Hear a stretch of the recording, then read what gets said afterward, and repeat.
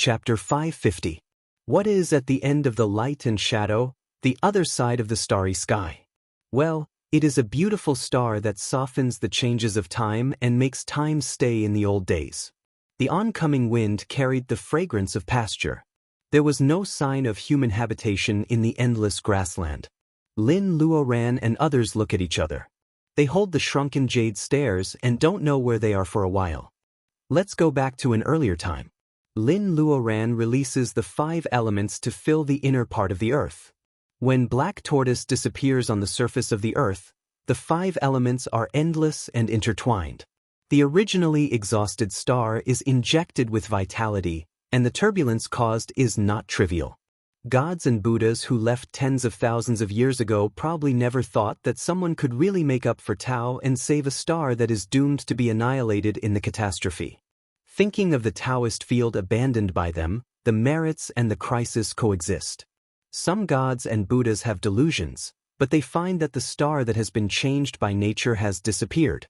They can't contact it anymore. There is only one Taoist field left on such a big star. The merits have nothing to do with them anymore. The one worshipped by the believers turns out to be a nobody who wants to apatheicize himself. Gods and Buddhas also have resentment. When the little god breaks the world and comes, they must teach her a lesson. They still don't know that the little god is still struggling in the divinization period. Who knows what will happen in the future? In the unfettered world where gods and Buddhas and true immortals can't reach, an ordinary man in a linen robe closes the book on his knees. Soft light sneaks down from the branches, making his ordinary face more and more unreal, as if it is covered by a layer of translucent veil. Putting the book on a rock, he stretches and stands up, looking indescribably elegant and comfortable. Little girl, you are really stubborn. The man in robe smiles slightly. When he appears again, he is already in front of a tree house.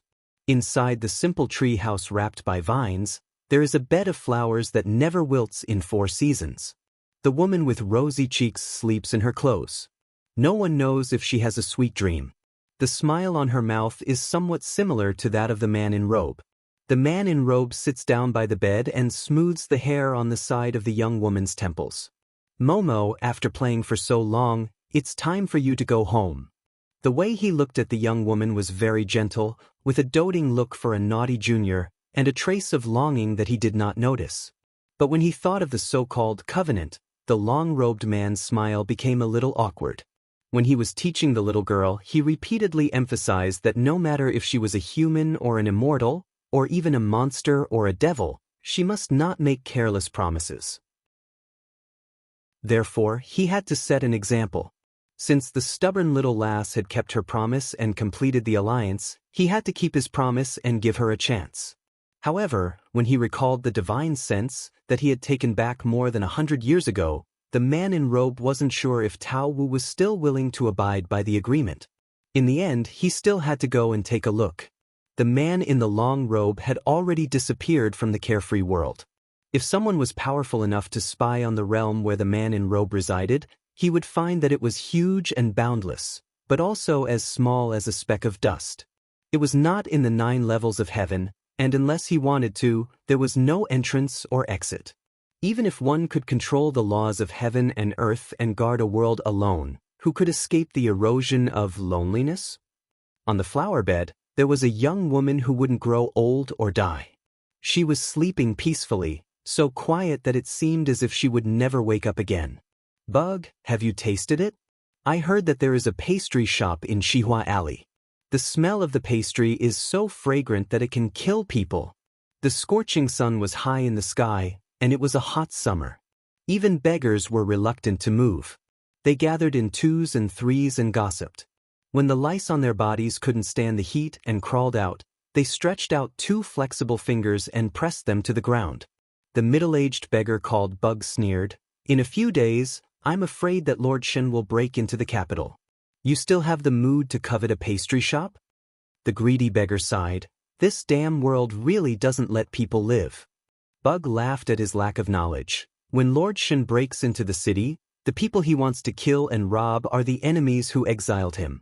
Whether there is a war or not, you and I are both beggars. You don't need to worry. All the beggars praised Stinky Bug for being literate.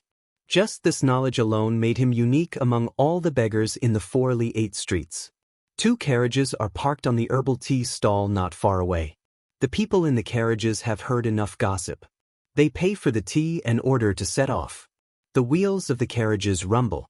Hearing that the coachman is ordered to go to the newly opened pastry shop in Shihua Alley, Bug and other beggars wait for the carriages to disappear at the corner of the street. They spit and curse at the same time. Fucking rich people. Fucking the world. Lin Luoran hears a group of beggars cursing in the carriage. She shakes her head and closes her eyes without saying a word.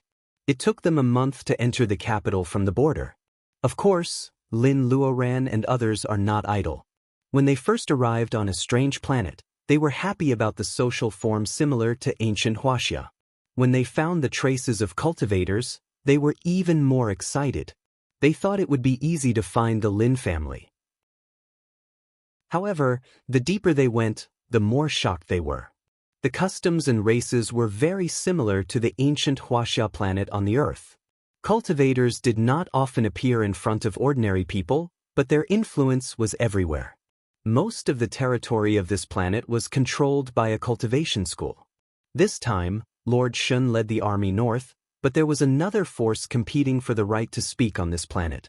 After Bai Qingxue learned about it, she said, "This is the real world of cultivation." The short number of words contains endless sighs. The Earth before the new era that Lin Luoran once experienced was the most peaceful period of the world of cultivation. Because of the decline of spells, no one had time to fight. However, it was different here.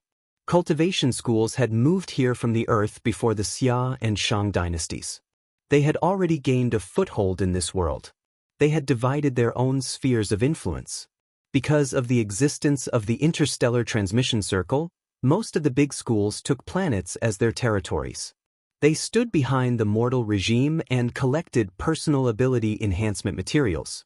It was difficult for small schools to survive, not to mention individual cultivators. Unfortunately, whether it was the Lin family or Master Mu, they had no ancestors to rely on. They were absolute grassroots individual cultivators. In such a situation, how could Lin Luoran not be worried? A group of people finally figured out that Yinshan School was behind the largest country on this star. The only interstellar transmission circle was in the forbidden area of the royal family supported by Yinshan School. Therefore, they went straight to the capital. As for who the predecessor of Yinshan School was and how strong it was still a mystery. Lin Luoran and others didn't know the situation. Their strength was uneven, so they acted in a low-key manner. Even Liao, who liked to mess around, didn't agree to break into the palace, let alone others. Seeing that the Reiki on this planet was not as abundant as expected, there should not be many high-level cultivators. However, Lin Luoran and others didn't know where the Lin family was or where the interstellar transmission circle was connected. They unanimously decided to stay in the capital where the news was the best and explore before taking action. "Aunt Lin, are we going to stay in the capital for a long time?" Han Weiya put down the curtain and looked away. When she first came to this star, she felt that the customs of the people were very fresh. Now she was used to it and didn't feel particularly attractive. Even in the capital, the streets were wider and the houses were taller. The carriage was shaking badly, but it couldn't be compared with the vehicles of technological civilization. Lin Luoran opened her eyes when she heard the words, "When your third Uncle Mu comes back, let's gather the information first." Of course, there was more than one country in one star. Lin Luoran took several young people to the capital of Yingyue country, which had the largest territory and was recently at war. Liao, Hu Ji, Mu Tiannan, Bao Jia Bai Qingxue, Yang Lisha, and Unscented, who had enough personal ability and experience, went to different countries. Centering on the capital of Yingyue country, they gradually closed the net to investigate the whereabouts of the Earth cultivators who came when the Tower of Babel opened last time. Lin Luoran occasionally saw traces of individual cultivators on the way. They were all born and raised in this star. Their personal ability was not high, so there were no clues worth paying attention to. If the Lin family had stayed on this star, they should have left some traces that could be traced. Lin Luoran was afraid that individual cultivators were in a difficult situation. The earth cultivators who came in the end had low personal ability. If they chose to hide in the city, it would be troublesome. In addition to the pastry shop, there were many rented residences in Shihua Alley. Lin Luoran took several people to eavesdrop for a long time. Of course, she didn't go there to eat pastries. She rented a small courtyard with a forged road permit. Lin Luoran began to wander on the street while several young people were tidying up the residence. The local customs were strict. Lin Luoran bought a gauze hat and wore it. A well-dressed single woman still attracted attention. At this time, she was certainly not in the mood to go shopping. Lin Luoran was quietly looking in the direction of the palace. There was also something in the mortal world that couldn't be easily challenged. It was the aura of the emperor. According to Bai Qingxue, Wu Mi, of the Joy School once took an unconventional approach. She wanted to steal the aura of the emperor and became the empress. After decades of management, she made a mess. She had to hand over the power to the Li Tang Empire and gave up her ridiculous idea of taking a shortcut. Yinshan School controlled this star. Other schools wanted to grab the territory, but they didn't dare to interfere with the mortals' regime. They also had to support Lord Xin, who was also a member of the royal family. It could be seen how dangerous the aura of the emperor was. Anyway, the golden light above the palace prevented Lin Luoran from seeing the details. Lin Luoran didn't know how many cultivators who served as royal ministers were in the palace. Lin Luoran was a little upset. The interstellar transmission circle happened to be in the forbidden area of the royal family. It meant that if she wanted to leave, she must alert Yinshan School.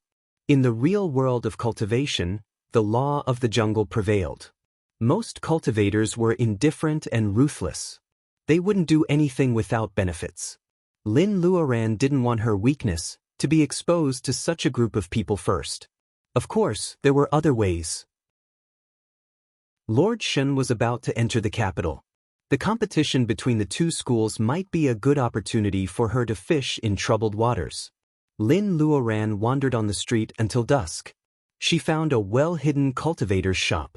She remembered the location and then returned to the small courtyard with satisfaction.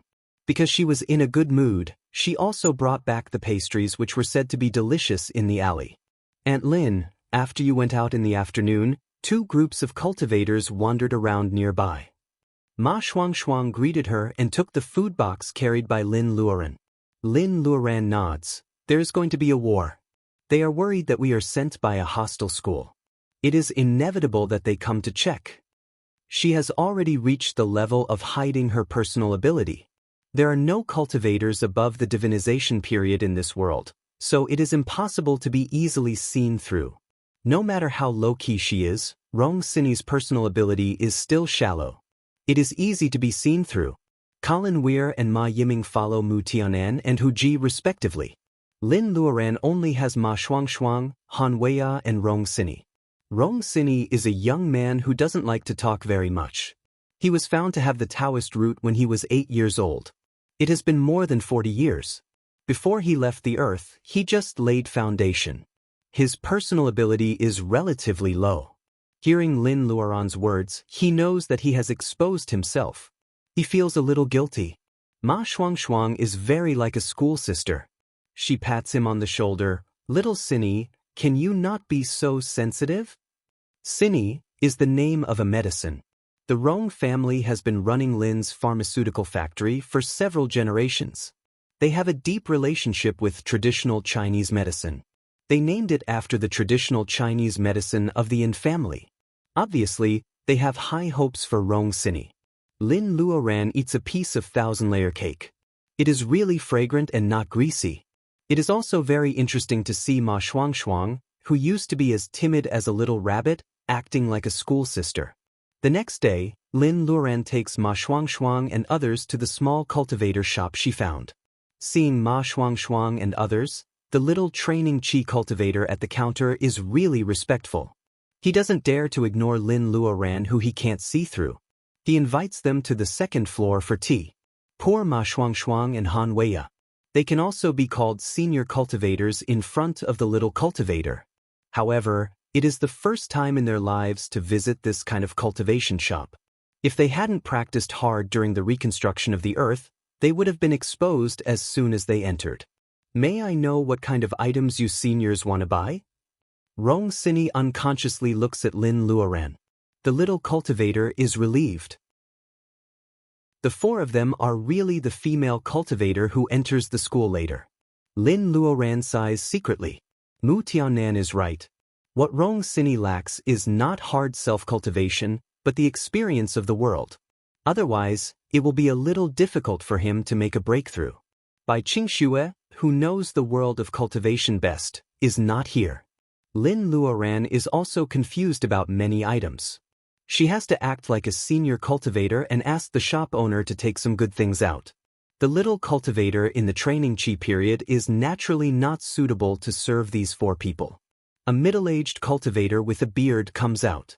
He is wearing a scholar's shirt, but his personal ability is only one step away from bearing essence. As a shop owner of a big school, he also has some special skills. He can see through Ma Shuang and others, but he can't see through Lin Luoran. It happens to be a sensitive time. He has decided to test these strange cultivators personally. He takes the opportunity to come out and ask people to bring the best products from the warehouse. Seniors, you look a little strange. Maybe it is the first time you come to this small shop. Let me introduce you personally. Lin Luoran nods. We have been practicing hard in a remote small country for many years. We haven't been to the Inuit country for a long time. One of them thinks, oh, it turns out to be individual cultivators. Lin Luoran is also helpless. She finally reveals her origin. It's not easy for her. The middle-aged cultivator with a strong temperament of a scholar tailors clothes for Lin Luoran and others. The items he recommends to Lin Luoran and others include a dripping sword, a grade 5 flying sword, paid with low-grade spirit stones. Lin Luoran is buried in a pile of low-grade spirit stones. It is worth 18,000 spirit stones. Lin Luoran almost spits out the tea in her mouth. There are so few cultivators on this star that there is no buyer for the grade 5 flying sword. The shopkeeper seems to be a scholar, but in fact, he is black-bellied and takes advantage of her. Lin Luoran doesn't nod or shake her head. The cultured shopkeeper knows that he finally takes out some practical goods. It is said to be a new work of the weapon refiner of Inshan School. It is a budding red rose. It is a magic weapon refined for female cultivators with both appearance and practicality. When the shopkeeper demonstrates, he injects a little wacken into the rose. The petals of the rose open layer by layer. Each petal is soft and beautiful when it drifts. It looks gentle, but in fact, ordinary protective shields can't protect it at all. Under the charming appearance, ordinary cultivators will be tricked if they are not careful. The fragrance of the stamen makes people's mind float. It may have other magical effects when fighting against enemies. This world is really a paradise for cultivation. Even small magic weapons are new. It is not comparable to the former declining world of cultivation on the earth. Lin Luoran thinks it is a bit interesting. Seeing that Ma Shuang likes it, she takes the jade box after the middle-aged scholar finishes his demonstration. She takes out the rose and inserts it into Ma Shuang's hair. This is good. By Lin Luoran says casually as if she is picking cabbages. The middle-aged scholar thinks to himself that a rich individual cultivator is being tricked. How can he be soft-hearted? Senior cultivator, you like it? The price is 8,980. I will charge you 8,800 for good luck. Lin Luoran is happy. It turns out that both cultivators and ordinary people do business in the same way. She has the spirit stones dug from the place where the mother lode of 5 elements was found on Nami Star. She also has half of White Fairy's hidden treasure. Lin Luoran is not short of money in the world of cultivation. However, she really doesn't have low-grade spirit stones. Seeing that she pays with top-grade spirit stones, the middle-aged scholar's smile is more sincere, making people feel like a spring breeze. Lin Luoran plays the role of a generous elder. She lets Ma Shuang choose all kinds of fine products recommended by the shopkeeper. However, she just drinks tea on the side. The customer is the king. Although Yinshan School acts domineeringly, its service is still very considerate when it comes to business. The middle-aged scholar is well-informed and well-dressed. He talks with Lin Luoran for a while about the remote small country where she lives in seclusion and practices hard. He describes the local conditions and customs in detail. If Lin Luoran and others have not really stayed in that small country, her casual identity will be exposed. After chatting for a while, Lin Luoran smiles and says that she and the middle-aged scholar are congenial. Unfortunately, she has plans to leave this star recently. The middle-aged scholar is even more respectful. Even if there is an interstellar transmission circle, only gathering vitality cultivators can really travel freely. Senior cultivator, you may not have heard of it. Recently, some clowns are fighting against Yinshan School. I'm afraid that the transmission circle will be suspended for a while. Having said that, he must send the news back to his school that a gathering vitality individual cultivator who is not recorded by Yinshan School has quietly appeared on this planet without abundant Reiki. Lin Luoran pretends to be unhappy. I can't go anywhere? Yinshan School is too overbearing. It is normal for gathering vitality cultivators to have a temper no matter where they go. The middle-aged scholar wipes the non-existent sweat and apologizes again and again. The little cultivator helps the shopkeeper out of embarrassment. Lay Buddhist Exen sent someone to pick up the precious clothes customized a few days ago. While they are talking, a beautiful female cultivator dressed as a nun has already gone up to the second floor. The brown nun's clothes are monotonous, but they can't hide the nun's beautiful face. The ebony hair under the brim of the hat makes her face as white as snow. She doesn't have any accessories, but she has a simple and ethereal beauty. Lay Buddhist Exine sent her to run errands. She is a young junior in the laying foundation period. Shopkeeper Wu. The nun salutes. It turns out that the middle-aged scholar's surname is Wu. Shopkeeper Wu asks the little cultivator to take out the precious clothes that Lay Buddhist Exen wants. It is a white Taoist robe with silver edges. Wacken is flowing in the surface of the clothes. Lin Luoran glances at it and finds that its defense is better than the protean dress she once got. It is really a good, precious clothes. After handing over the precious clothes, the nun leaves. Shopkeeper Wu suddenly claps his hands as if he suddenly remembers something. It's my negligence. Lay Buddhist Exen is the guest elder of Yinshan School, but she is not restricted by the temporary ban on the transmission circle. Lay Buddhist Exen also wants to return to school recently. If senior cultivator doesn't think it's too late, you can go with Lay Buddhist Exen. Lin Luoran doesn't seem to hear it. She looks down at her fingertips for a long time before saying to Shopkeeper Wu, "Thank you." Her attitude is cold, as if the person who just condescends to talk to him is someone else. Of course, Shopkeeper Wu doesn't tell her directly that you are an outsider. At this critical moment, Yinshan School is worried about you. Besides, it's not good to offend a gathering vitality cultivator. So, I specially ask a guest elder to accompany you. When Mu Tianan and others gather in the capital one after another without any harvest, Lin Luoran remembers Shopkeeper Wu's promise again. Before she decides whether to leave this star or not, Lord Shen's army comes to the north like a hot knife through butter. They have already surrounded the capital. Lin Luoran and others gather on the city wall to watch the fun. In the thousands of troops, they see Lay Buddhist Exen, mentioned by Shopkeeper Wu. Chapter 551. The capital is surrounded by Lord Shen's troops. They beat drums to attack the city. The famous generals of the Inyue Kingdom guard the four sides. Recently, the Chang people make trouble in the west. The Inyue Kingdom will be trampled by the Chang people. Only the southern garrison can help. However, it is summer and frequent floods obviously stop the southern army. The reinforcements don't arrive. That's why the capital is so isolated and helpless. Before the reinforcements from the south arrived, the only ones who could protect Royal City were the 80,000 imperial guards directly under the old emperor. It's ridiculous to say that the capital is surrounded by Lord Shen's 50,000 iron hoofs. One side is desperate, while the other side wants to ensure the safety of the royal family in the city under the anger of Lord Shen. In 3 battles, the imperial army is defeated 3 times. The whole imperial city is in a panic. From the nobles to the street beggars who made sarcastic remarks a month ago, everyone is in a panic. The people's hearts are scattered. The capital may not be able to wait for the day when the reinforcements come. The old emperor probably finally makes up his mind. When Lord Shen's army attacks the city again, almost all the imperial soldiers are dispatched. Lin Luoran squeezes onto the city wall in such a situation. War is always cruel regardless of time and space. It doesn't become gentler because of the era of cold weapons. The soldiers who were stabbed to death while climbing the ladders had holes all over their bodies. The soldiers who were chopped in half at the waist when the cavalry clashed with each other.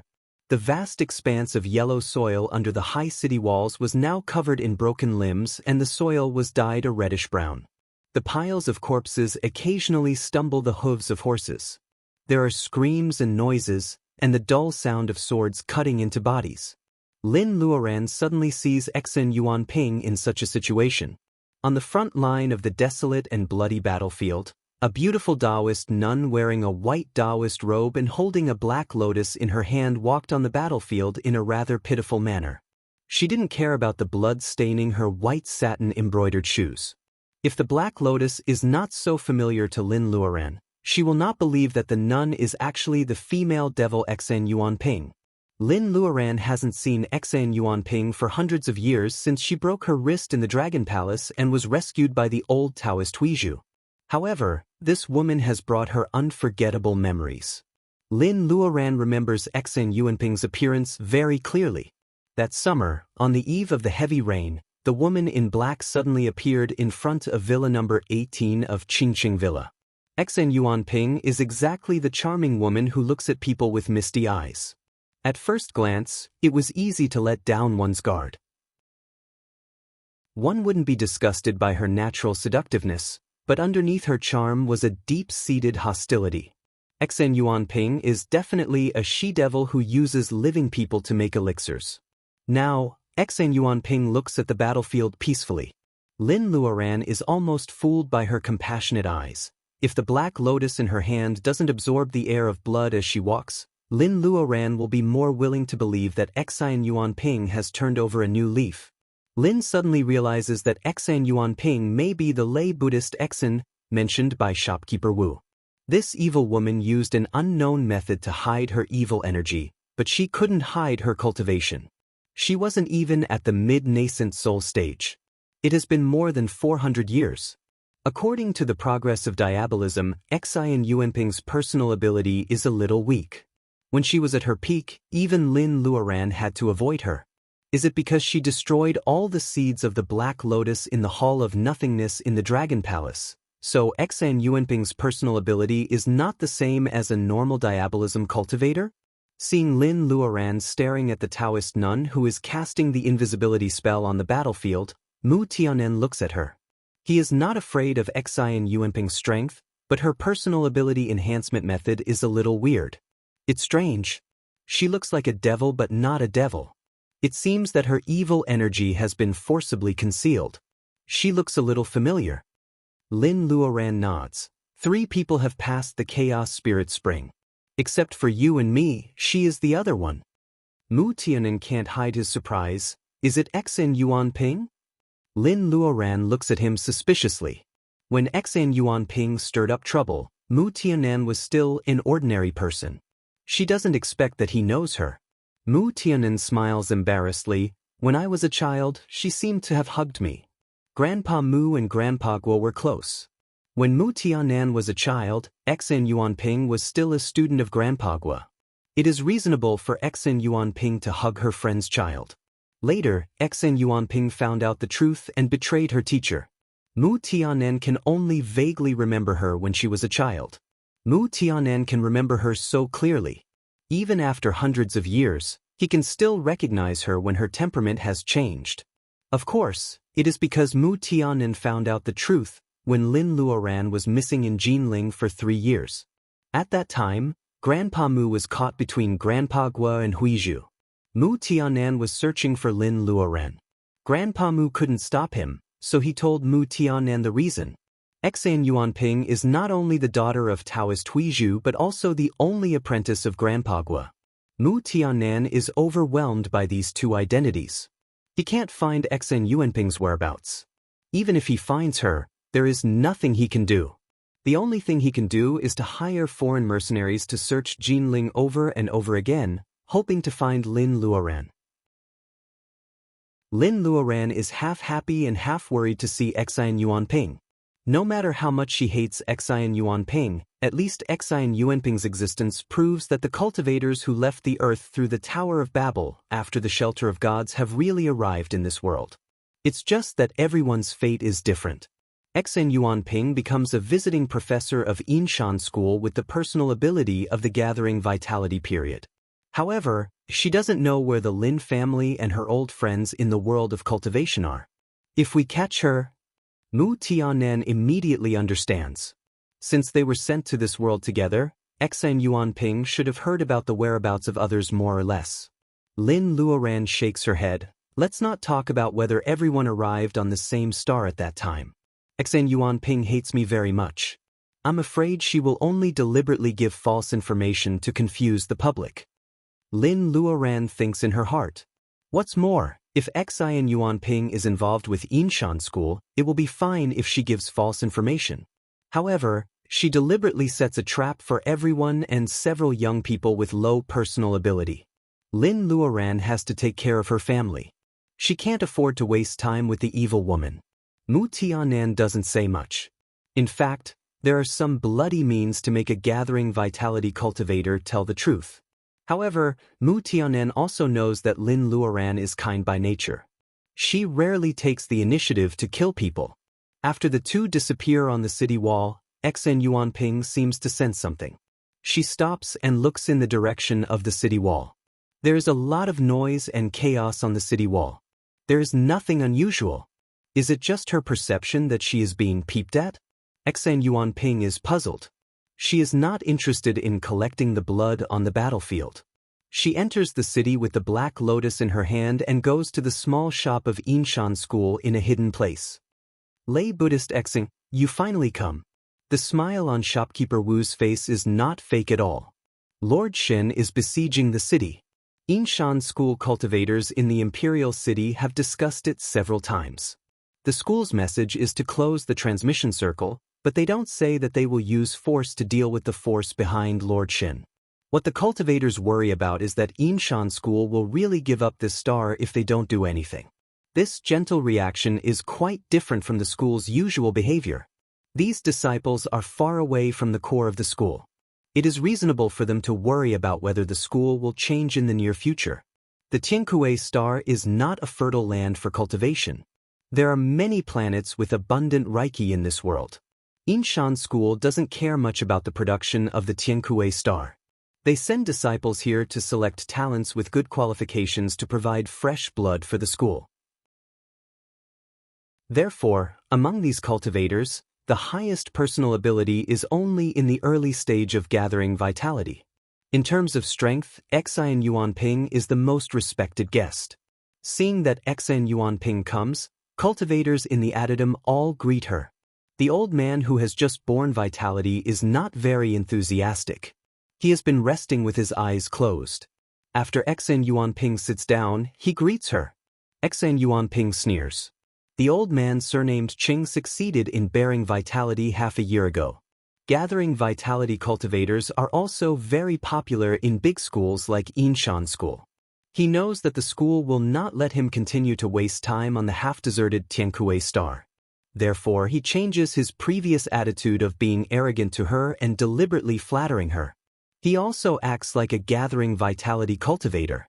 Living in this world for hundreds of years, Xan Yuanping has seen many similar faces. She secretly scolds him for being reckless. However, her face is still gentle without showing any thoughts. Elder Feng sent a message that another big school is also interested in the Tiankue star. At this time, you still haven't received the order to take action. It should be that our school has reached an agreement with that big school. They are ready to give up the Tiankue star. Xan Yuanping elegantly picks up the teacup. She only slightly wets her lips with the tea. She casually reveals a big secret. Not only does it shock all the cultivators present, but the gathering vitality cultivator surnamed Chung also has mixed feelings in his heart. He has been managing this star for the school for many years, and he advanced to the gathering vitality period half a year ago. However, he actually knows nothing about this news. Is the school's trust in him less than that of a visiting minister? The cultivator surnamed Chung frowns. I haven't received the order to evacuate. However, Xan Yuanping turns her head aside. Shopkeeper Wu, what is the background of the gathering vitality individual cultivator you mentioned the other day? The old man surnamed Ching is embarrassed. He has some resentment towards Xan Yuanping. However, his personal ability is not as good as hers, so he has to bear it. How can shopkeeper Wu describe her? He has only seen her once. When Lin Luoran entered the shop, she changed into an ordinary face. At this moment, he wants to describe her, but he is short of words. As for Ma Shuangshuang and the other two, they each have their own characteristics. Xan Yuanping has no impression of any of them. Later, Mu Tiannan and others gathered in the capital one after another. With their personal ability, how can they alert the spies of Yinshan School? A very strange gathering vitality individual cultivator. Is it her who is secretly peeping on the city wall? Xan Yuanping doesn't get any useful information. There is an uncontrollable power lurking around her. She always feels that it is an unknown threat. She ignores a group of Yinshan School disciples who are looking at her eagerly. She only reminds shopkeeper Wu, whom she usually deals with, that she should close the shop as soon as possible and be ready to give up the Tiankue star at any time. Shopkeeper Wu glances at the old man surnamed Chung cautiously and changes the topic to the figures consigned by Xan Yuanping. Recently, the situation in the Tiankue star is unclear. Individual cultivators are generous in order to protect themselves. The figures sent by lay Buddhist Xen are selling very well. Do you want to pay the spirit stones on the account? Xan Yuanping nods non-committally. The figures she gives to shopkeeper Wu are just ordinary paper figures. She draws a few in her spare time just to make her life in the Tiankue star less boring. Xan Yuanping doesn't care about the spirit stones at all. After receiving the spirit stones, Xan Yuanping leaves directly, ignoring the ugly face of the old man surnamed Cheng after she goes out. The place where Xan Yuanping lives is a large nunnery with green tiles and red bricks in the forest designated as a forbidden area by the royal family. The interstellar transmission circle is only 1 mountain away from the nunnery. Grandmaster. A few beautiful nuns come up and smile at Xan Yuanping. Xan Yuanping nods. Is your little school sister back? The little nun shakes her head. The little school sister's personal ability is not high, but she is born charming. She is selected by the Grandmaster from the slave market. After teaching her for a few years, she is sent to the palace to be the favorite concubine of the old emperor. Lord Shen, who is now besieged by the little school sister, was suppressed badly by the little school sister. He was the most promising prince to inherit the throne, but he was exiled thousands of miles away and forced to rebel against his father. Although the little nun can't figure out why the Grandmaster has such a high personal ability, she still replies very respectfully, "Half a month ago, the little school sister came to offer incense. If she comes out again now, it will be a little eye-catching." Xan Yuanping chuckles. Now the country is about to fall. As an imperial concubine, isn't it the best reason to enter the nunnery to pray? The little nun nods and goes to arrange it.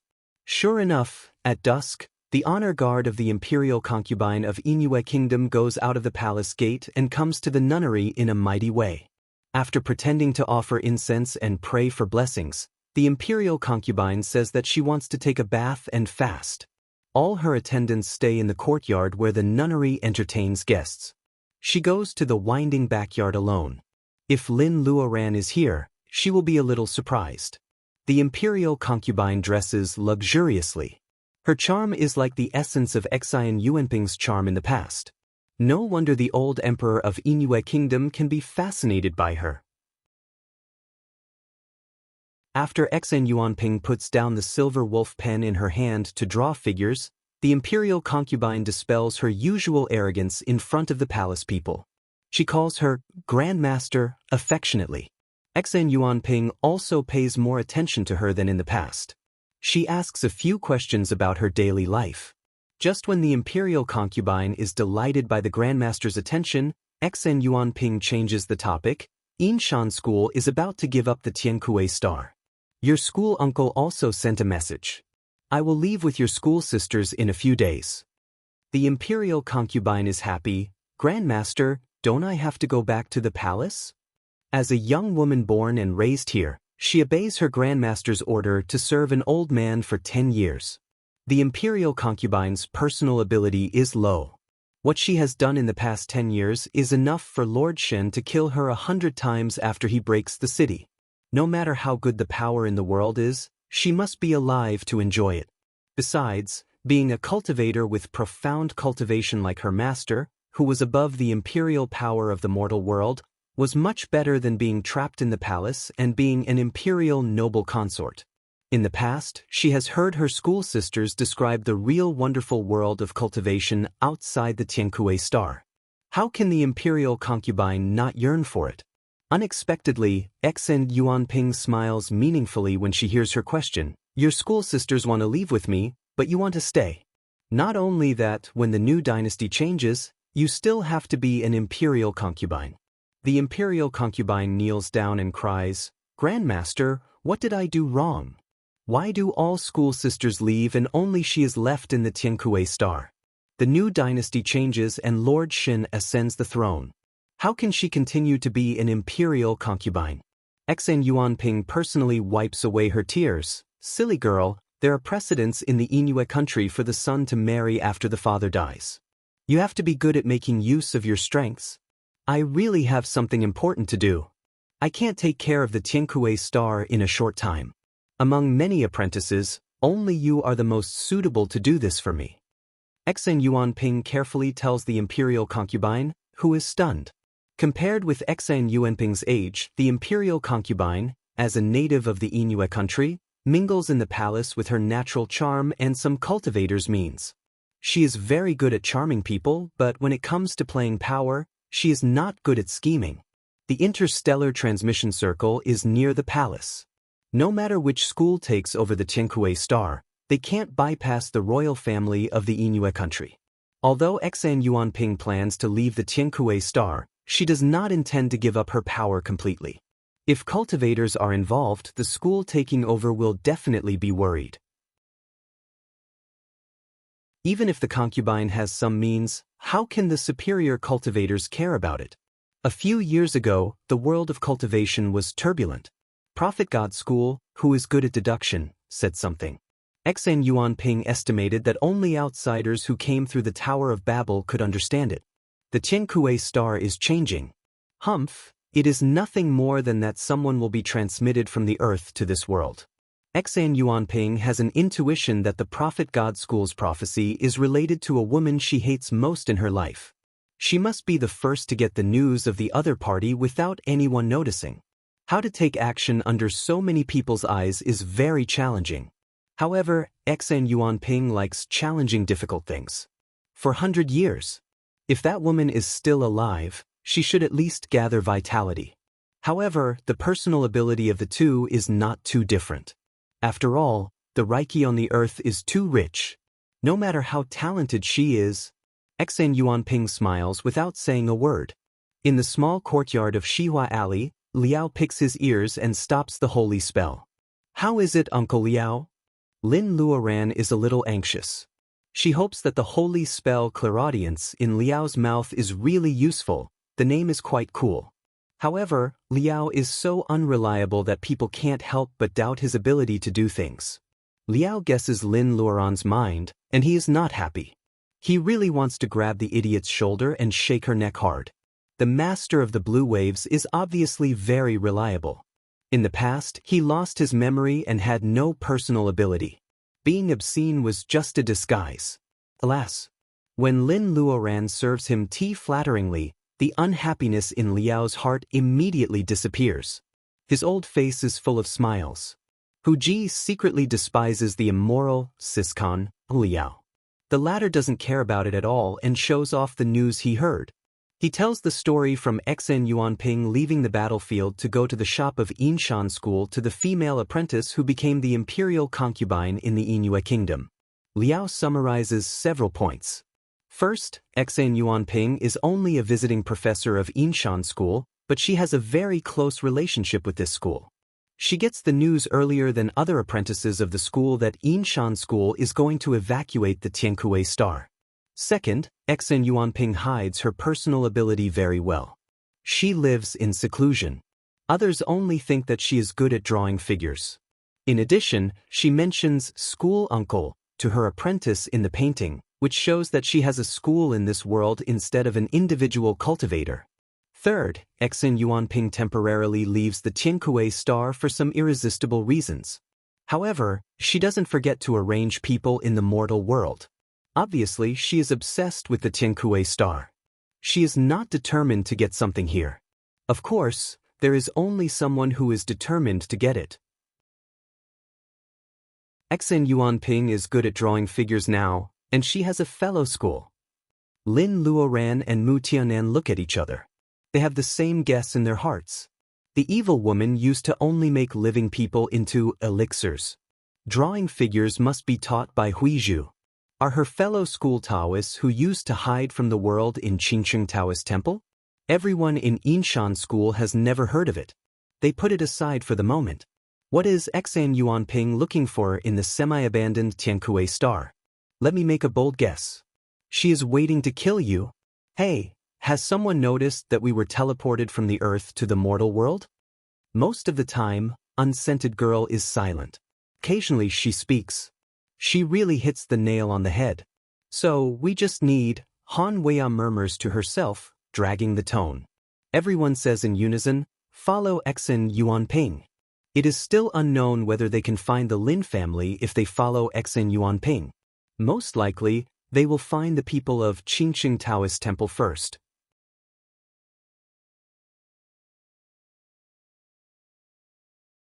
Chapter 552. Sure enough, the rebellious Lord Shen breaks through the city gate before the southern reinforcements come from the capital. Lord Shen kills people in the capital in the name of purging the emperor.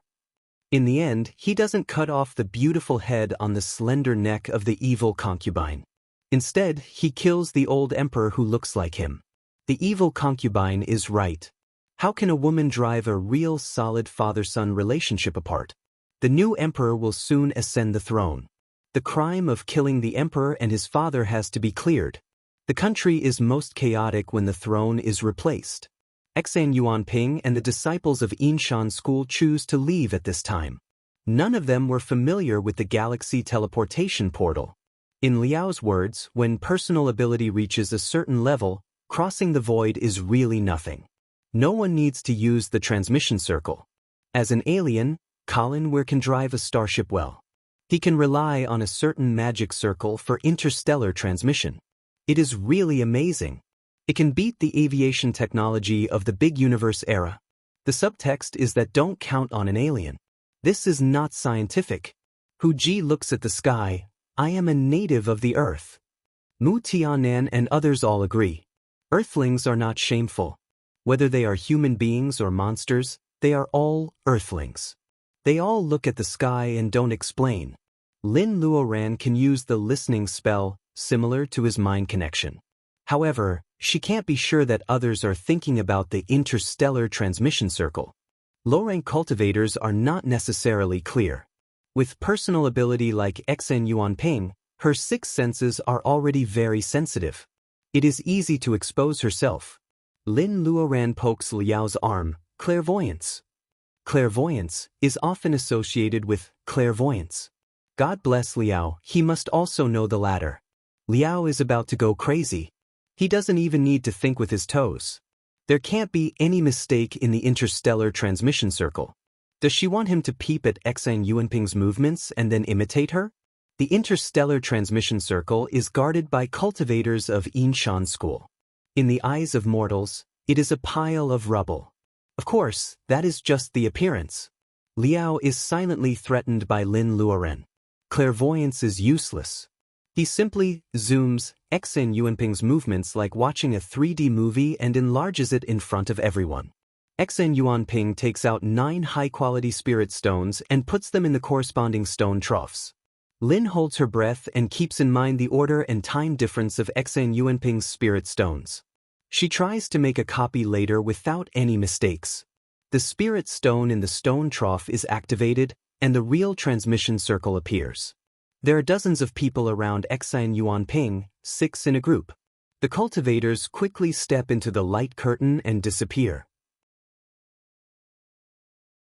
It seemed that only 6 people could be teleported at a time. Lin Luoran divides the people on her side into a group so that they can watch over each other and help each other during interstellar transmission. After all, no one knew what was guarding the other end of the transmission array. Including herself, there were 13 of them, which meant that one of them had to take turns. Hu Ji raised his hand and mouthed that he would take the turn. Everything is settled. The number of cultivators waiting for teleportation is getting smaller and smaller. Xn Yuanping is also quietly waiting for the boring teleportation. Everyone is a little relaxed. Something strange happens at this moment. Xn Yuanping suddenly changes the position of the spirit stones at a very fast speed. Then she disappears in the transmission circle with her 5 disciples. No. Xn Yuanping must have noticed something. Lin Luoran makes a prompt decision to show up. The old man surnamed Cheng of Yinshan School has put the spirit stones back. Seeing a large group of people suddenly appear nearby, and he can't figure out their strength, his first thought is that the force that takes over the Tiankuei star is not willing to let them go. He runs into the transmission circle with a gloomy face and disappears together with the last few people of Yinshan School.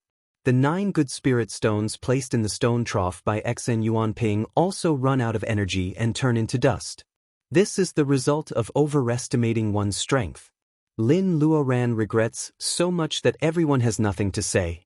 In their group, there are 7 people with the personal ability of gathering vitality. After figuring out the semi-abandoned state of the Tiankuei star, they are unconsciously arrogant. Even if Lin Luoran meets her old enemy, Xn Yuanping, she doesn't feel any pressure. Xn Yuanping has been in the world of cultivation for hundreds of years, but she has made great progress. She doesn't expect to fail miserably. What should we do now? They obviously went to 2 different places. Baojia has a bad temper. After being fooled, she is obviously angry. Yang Lisha blinks. Her apple-like face is so round that people want to take a bite. Let's divide into 2 groups. Dividing people into 2 groups, one group will follow Yinshan School, and the other group will follow Xn Yuanping. This method is the most effective. No matter what the relationship between Yinshan School, Xn Yuanping, and the former cultivators from the Earth, they can take care of both. But the biggest problem now is, this world is not small. Where are we going to reunite? Lin Luoran is looking for people now. She doesn't want to lose the people she brought here before she finds the Lin family. Liao thinks for a while. Even if cultivation is popular and there are many stars, cultivators always need to exchange experiences and exchange materials. There must be such a star which is the largest, most famous star in the world of cultivation where there are many schools. Let's divide into 2 groups for 5 years. Whether we can find them or not, we will go to the main star to reunite. Is it feasible? Oh, it's more complicated than the previous grouping. Yang Lisha looks around and then claps her hands. Anyway, I know the Lin family and many cultivators from the previous batch.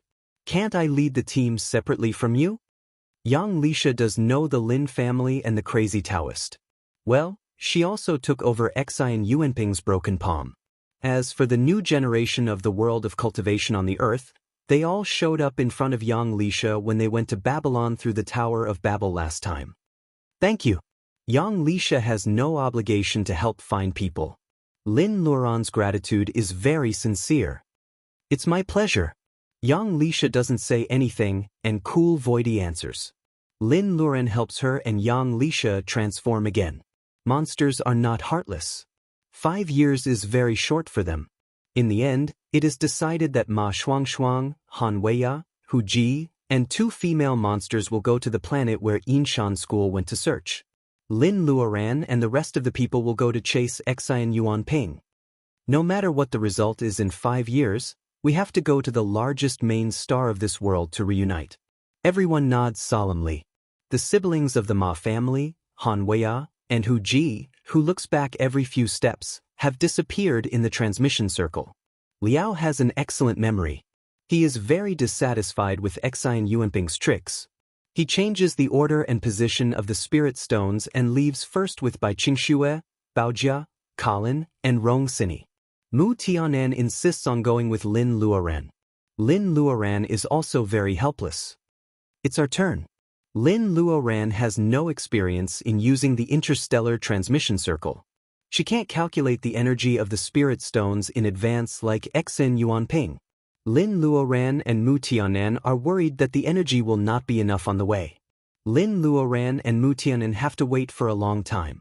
After the light curtain of the transmission circle darkens again, Lin Luoran and Mu Tianan change the spirit stones before they enter the circle. Maybe it is true that God disposes. When Lin Luoran and Mu Tianan are halfway through the transmission circle, a stone trough where spirit stones are placed trembles slightly inexplicably. Before they know it, their destination has been changed.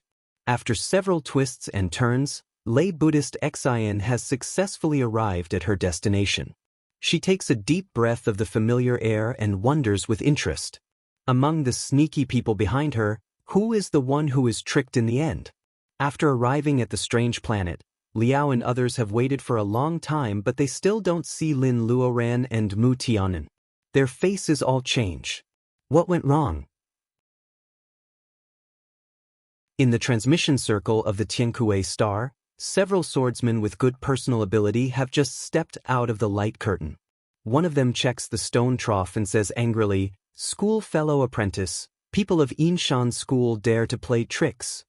The young swordsman called school fellow apprentice checks it and frowns slightly. After all, the Tiankue star is remote. It is possible that the transmission circle has not been repaired for a long time. There is no need to stick to trifles. You guys check the transmission circle and get ready to welcome the Lord. Swordsmen are busy according to his words. Although they don't understand why their young lord is interested in the remote Tiankue star and wants to occupy this star at the cost of becoming enemies with Yinshan School, no one questions the lord's decision because of their obedience nature. Cultivators with swords are transmitted to the Tiankue star one after another. The sky gradually lowers, and their lord finally appears in the transmission circle. He is wearing a luxurious dust-proof coat.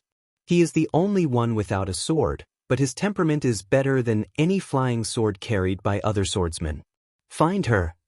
A picture scroll flies up from his hand and slowly unfolds in the air. The woman's appearance is not stunning in the world of cultivation where female cultivators compete for beauty. However, her temperament is very vivid. Everyone has no evil thoughts. They remember the person in the painting and then fly to all directions of the Tiankue star on their swords. The Lord puts away the picture scroll, and his eyes are bright. When the evening wind in the mountains blows up his sleeves, a red flame embroidered on the sleeve hem looks vivid and unique. The tearing force of the interstellar transmission circle makes Lin Luoran a little dizzy. However, when Lin Luoran and Mu Tianan stand firm and look outside the magic circle where there is no one, they quickly realize that something is wrong with the transmission. Lin Luoran smiles bitterly. Whether it is Xian Yuanping's trick or an accident beyond human control, the former can make people doubt their own intelligence, while the latter can be attributed to luck. Neither is a happy answer. Since we are here, let's take it easy. We can't stay in the circle all the time. Mu Tianan comforts her and Lin Luoran nods. After they step out of the transmission circle, they look back at the place where they came from. They find that there is no messy stone trough in the place where the interstellar transmission circle was supposed to be. There is only yellow sand all over the ground. Lin Luoran and Mu Tianan finally feel a faint pain in their temples. Is it because she has used up all her luck after losing the sacred pearl space? If the interstellar transmission circle to this star is a one-way trip, Lin Luoran would like to write the word thunder in person and summon a purple thunder to give herself a hard blow. Mu Tianan pretends to be relaxed and jokes, One-way transmission is not bad. Other people will not disturb us. Lin Luoran glares at him and angrily casts the wind-riding spell to fly high into the sky. Mu Tunan laughs and tiptoes gently. Without using any arts of nature, he also flies high into the sky with his physical strength. As soon as they open their eyes, they can find that the desert where they are teleported is an isolated island surrounded by water. The sea is surging. No matter where they look, there is only steaming mist in the distance that interferes with people's vision. They can't see where the land is. Okay, now we have two choices. One is to stay in place and wait for the next batch of fools to be teleported to this star. The other is to try to fly across the boundless ocean and find the land to explore the situation of other transmission circles. The former may not be fools until we ascend to the spiritual world. The latter, the worst result is that we will become the imitator of Magellan who proves that the planet is round and where to start from. Which one do you choose? Two people wait in the desert to ascend to the spiritual world? If it weren't for the fact that they have to find their families, Mu Tiannan would definitely agree with the first proposal. So, does he still have a choice? Why do I remember that the person who sailed the earth successfully was Columbus? Mu Tiannan seems to be trying to recall the world history knowledge he learned in middle school. Lin Luoran is speechless. However, when they are flying over the sea, she is still wondering whether the history question she memorized was Magellan or Columbus. Hey, this is really the knowledge from hundreds of years ago. As a great cultivator in the divinization period, whoever dares to test her with such questions will be killed on the beach. Although the wind-riding spell is a bit slow, with her current personal ability, she should be able to compete with Goldie in the past, right? In the past, she sat on Goldie's back and traveled thousands of miles from Jinling to the center of Chuan province. It took her less time than a direct flight. However, she and Mu Tianan have been flying on the sea for more than 10 days before they see the land they yearn for day and night. When she feels a little tired, Lin Luoran uses the bone boat instead of flying. However, there is always movement in the deep sea. The undercurrent is surging. It seems that some creatures are about to break through the shackles and swim up. In order to avoid trouble, she and Mu Tianan rarely rest. Counting the distance they have flown, this planet is at least 10 times larger than the Earth. If she doesn't see people as soon as they land, she will think that they have really traveled around the planet and returned to the isolated island where the one-way transmission circle is located. Lin Luoran and Mu Tianan notice that something is wrong when they appear at the port. The locals with goods on their heads all look at them strangely. The chocolate skin, the gorgeous facial features of the women, the colorful dresses, the glittering jewelry on their wrists and necks, and the strong smell of spices. Mu Tianan, are we in India? Lin Luoran and Brother Mu see a lot of Hinduism. At this time, Lin Luoran feels a subtle embarrassment in her heart. Mu Tianan shakes his head. Black Tortoise said that there are many civilizations in this world. It is not a lie. The world of cultivation on the earth is flourishing. There is no reason that there is no Buddhism in this world. Near the port, there is an extremely conspicuous temple with a golden roof. There is no doubt that it is similar to Indian architecture. A bold local rushes up to them and talks. Lin Luoran can only smell a strong smell of curry in his words. As for what he is saying, she doesn't understand it at all. Mu Tianan is good at communicating with people. He guesses that they are asking where they are from. These people obviously have no personal ability and they don't seem to be afraid of cultivators.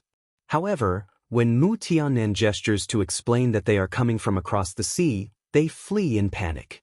People say the same syllable words and they don't even have time to take the goods away. The previously noisy port is gone in a short while. If Lin Luoran's spiritual mind can see the scene of the locals running back to the buildings to hide, she would really think that they have found a dead city at first. Mu Tianan flies up like a big eagle. How can the low courtyard wall stop a big monster? Being stared at by his red eyes, Mu Tianan's expression becomes dull. In just 2 minutes, Mu Tianan lets go of him and disappears with Lin Luoran.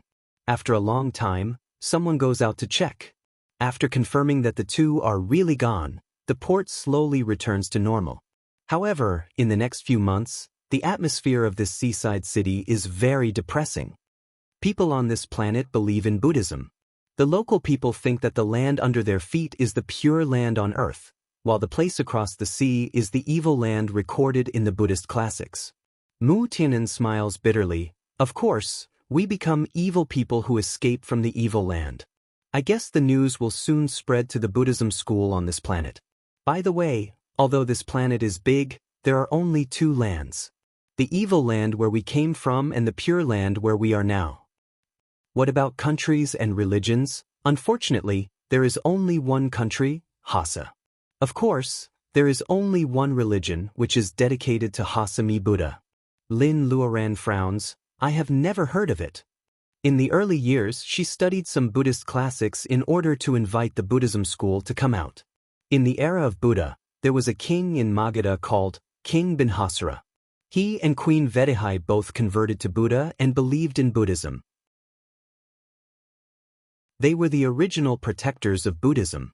In their later years, the story of the king and his wife being imprisoned by Prince Ajashi became the origin of the Pure Land Dharma in Elysium. Mu Tian'an doesn't feel relieved after hearing this. Although he doesn't know the connection between the two, he always has a bad intuition. He feels that Hasami Buddha is like the Wheel Kung of Huaxia before the new era, which is not the right way. Lin Luoran feels a little powerless.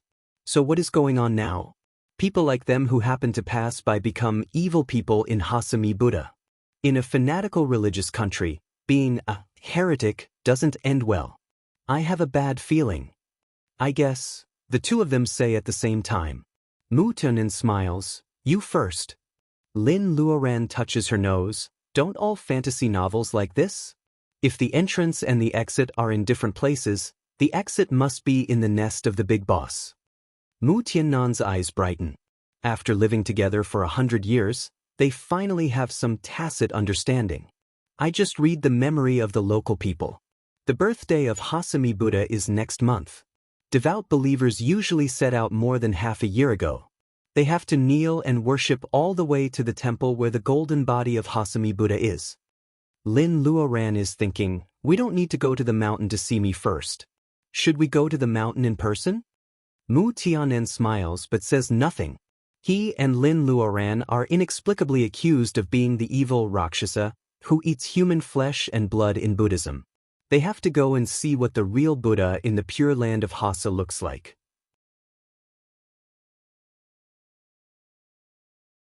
Chapter 553. Hasa Country.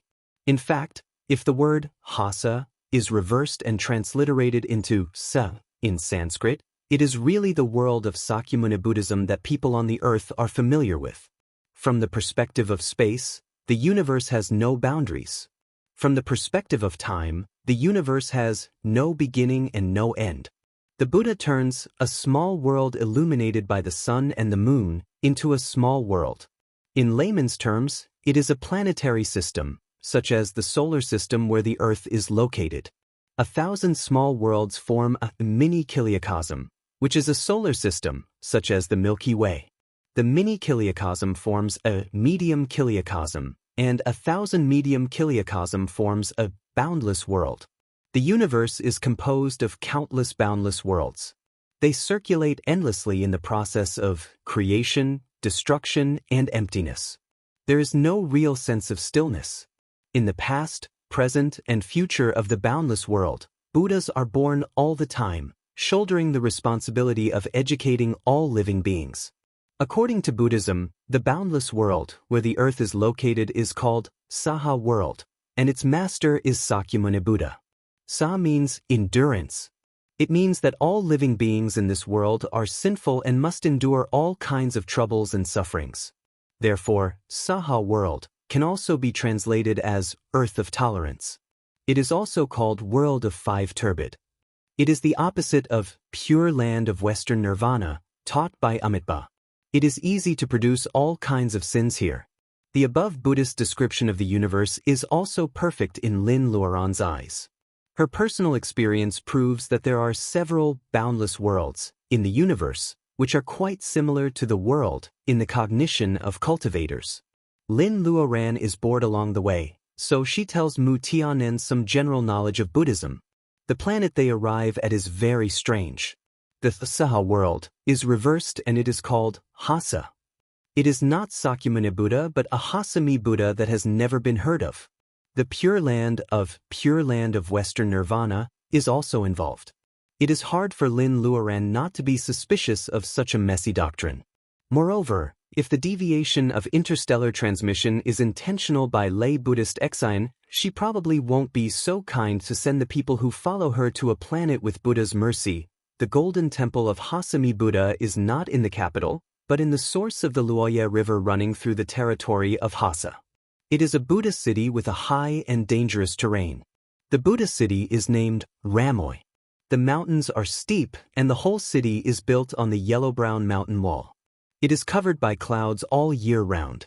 Hasa has plenty of sunshine, which reflects the yellow-brown rock formation.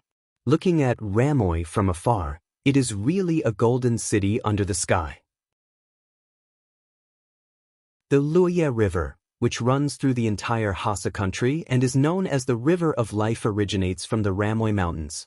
Devout people not only have to kneel and kowtow to this city, but also want to kowtow to the golden statue of Hasami Buddha at the highest point of the mountains. The mountain road is more difficult than the Shudao in ancient Huaxia. Because the birthday of Hasami Buddha is approaching, many people go to Ramoy. His thick calluses could be seen at a glance. His face was full of hardships, and it was clear that he had been through many hardships. The rich wear beautiful silk and shoes made of fine silk. They ride luxuriously decorated ox carts with golden bells hanging on the horns of the ox carts. The ox carts are covered with flowers. They are luxurious all the way. It is more like an outing than an offering to Buddha. Along the way, Lin Luoran sees that there are no rich people. Hasa is actually rich, but the property is in the hands of big landlords. Civilians are extremely poor. The highest requirement of slaves is not to starve to death. The strangest thing was that many young girls who were obviously born in poverty were wearing silk and satin that they would never have the chance to come into contact with on a normal day. They were wearing luxurious gems and surrounded by flowers and spices. They were sitting upright on the ox carts, looking straight ahead. Believers look at them with envy and respect. Soon, Lin Luoran and Mu Tianen know that they are the fairies selected from all over the country to be offered to Hasami Buddha. At first, Mu Tianen laughs that extreme poverty is the fertile soil for faith. He doesn't know if Hasami Buddha does it on purpose. As soon as they hear that beautiful girls will be offered to Hasami Buddha, he and Lin Luoran are speechless. Although Lin Luoran also cultivates the power of faith, she can't find any words to refute Mu Tianen's words. Take her experience as an example. At the beginning, she apatheticized herself in Dongting. If she follows the usual pattern, she may have to do good deeds for 1,000 years to gradually increase the number of believers. However, because of the catastrophe of the earth, she only stayed for 100 years during the reconstruction. She appeared in the crisis, and the growth of believers was exponential. The more difficult life is, the more likely people with weak willpower are to pin the hope of changing their lives on Buddha. However, Buddhism advocates believers to endure the suffering of this life and do good deeds in order to achieve good results in the next life. Even Lin Luoran doesn't know whether people have an afterlife or not. Although she apatheticized herself and also cultivates the power of faith, she has always believed that compared with the illusory afterlife, she should work hard to improve her life in this life rather than be satisfied with the status quo in this life and hope to have a better life in the next life. In a word, she is against most Buddhist cultivators in the world. Even if Hasami Buddha is the orthodox Buddhism, it probably doesn't like her. Buddha advises believers to be patient, but Lin Luoran wants her believers to change actively. On the way to Ramoy, Lin Luoran and Mu Tianen are mixed in the crowd of worshippers. Many monks are looking for them. The eyes of those monks are shining, and there is the fluctuation of the power of faith around them. Obviously, they are the elites of Hasami sect, with supernatural powers. With Lin Luoran and Mu Tianen's personal ability, they can hide their breath. Both of them look like local people, and Lin Luoran even covers her face with a colorful headscarf. They are mixed in the crowd and going to Ramoy. How can ordinary Buddhist cultivators notice them? In a few days, the two have figured out the general situation of Hasa, and they have successfully arrived at the foot of the mountain of Ramoy. The snow on the towering snow mountain melts, and a large riverbank is washed out at the foot of the mountain. The snow water is bone-chilling. The climate of Hasa is hot, and believers travel thousands of miles. They are all proud of being able to hold a mouthful of Luoye River in person. This is the sacred river of life of Hasa. It can't be contaminated by human and livestock. Except drinking water on the river bank, even bathing in the river is forbidden. Only all kinds of precious spices and flowers can be thrown into the Luoye River. Lin Luoran and Mu Tianan stand at the foot of the mountain. The Buddha's birthday is tomorrow, and a grand spell conference will be held on both sides of the Luoye River. The rich have been carried by slaves to climb the mountain a few days ago. They have to donate tens of thousands of gold to have the opportunity to receive the blessing of Buddha in person in front of the golden statue of Hasami Buddha. Do we need to go up the mountain? Mu Tianan pulls the white headscarf on his head. After staying in Hasa for a month, he feels that he has been soaked in various spices all over his body, which exudes a kind of fragrance similar to curry, but weirder than curry. Lin Luoran hesitates. Let's wait and see. Since there are Buddhist cultivators in Hasa, no matter whether Hasami Buddha is real or not, the location of the golden body of Buddha is the same as the Taoist field of God. As long as she rashly steps into the temple where the golden body of Hasami Buddha is worshipped, the collision of two different powers of faith is likely to hurt both sides. Unless the so-called Hasami Buddha is not a real Buddha. Lin Luoran and Mu Tianan imitate the local people. They sit cross-legged on the bank of the Luoye River, facing the river for the night. That night, river lanterns made of flowers are constantly put into the water. They are not extinguished by the waves. It is said that the owners of river lanterns will be blessed by Hasami Buddha. The river wind is quite strong at night, and only 1 out of 10 river lanterns survive. However, the rising water vapor sweeps away the pungent smell of spices and brings a trace of refreshing coolness to Lin Luoran and Mu Tianan. The black silk-like sky is dotted with twinkling stars. Although he is in the fanatical atmosphere of spices and religion, Mu Tianan still looks at the night sky leisurely. Lin Luoran is sitting less than a foot away from him. He thinks that if time can bless this moment, it seems to be a good choice to stay by the Luoye River for the rest of his life. In the hundreds of years since he cultivated as a monster as a human, Mu Tianan can't remember if he has ever had a good sleep. When his personal ability was low, he couldn't sleep because of the invasion of the Alpha Alliance. When his personal ability was high, he couldn't sleep day and night because of the old bat's increasing pressure and the blood poison in his body. Later, with his personal ability, cultivation is to make up for the consumption of essence, chi, and spirit. How can he really sleep? Only this night, in a strange area separated from his homeland on the earth, Lin Luoran is sitting next to him. Because of the crowded crowd, Mu Tianan doesn't know when he can really relax and fall asleep. A dreamless night. Mu Tianan wakes up feeling refreshed. Hasa believers wash their hands and faces. They sink the spices they carry into the water. Maybe because they are soaked in snow water, all kinds of strong fragrances that usually smell pungent actually become a pleasant sandalwood after being mixed together.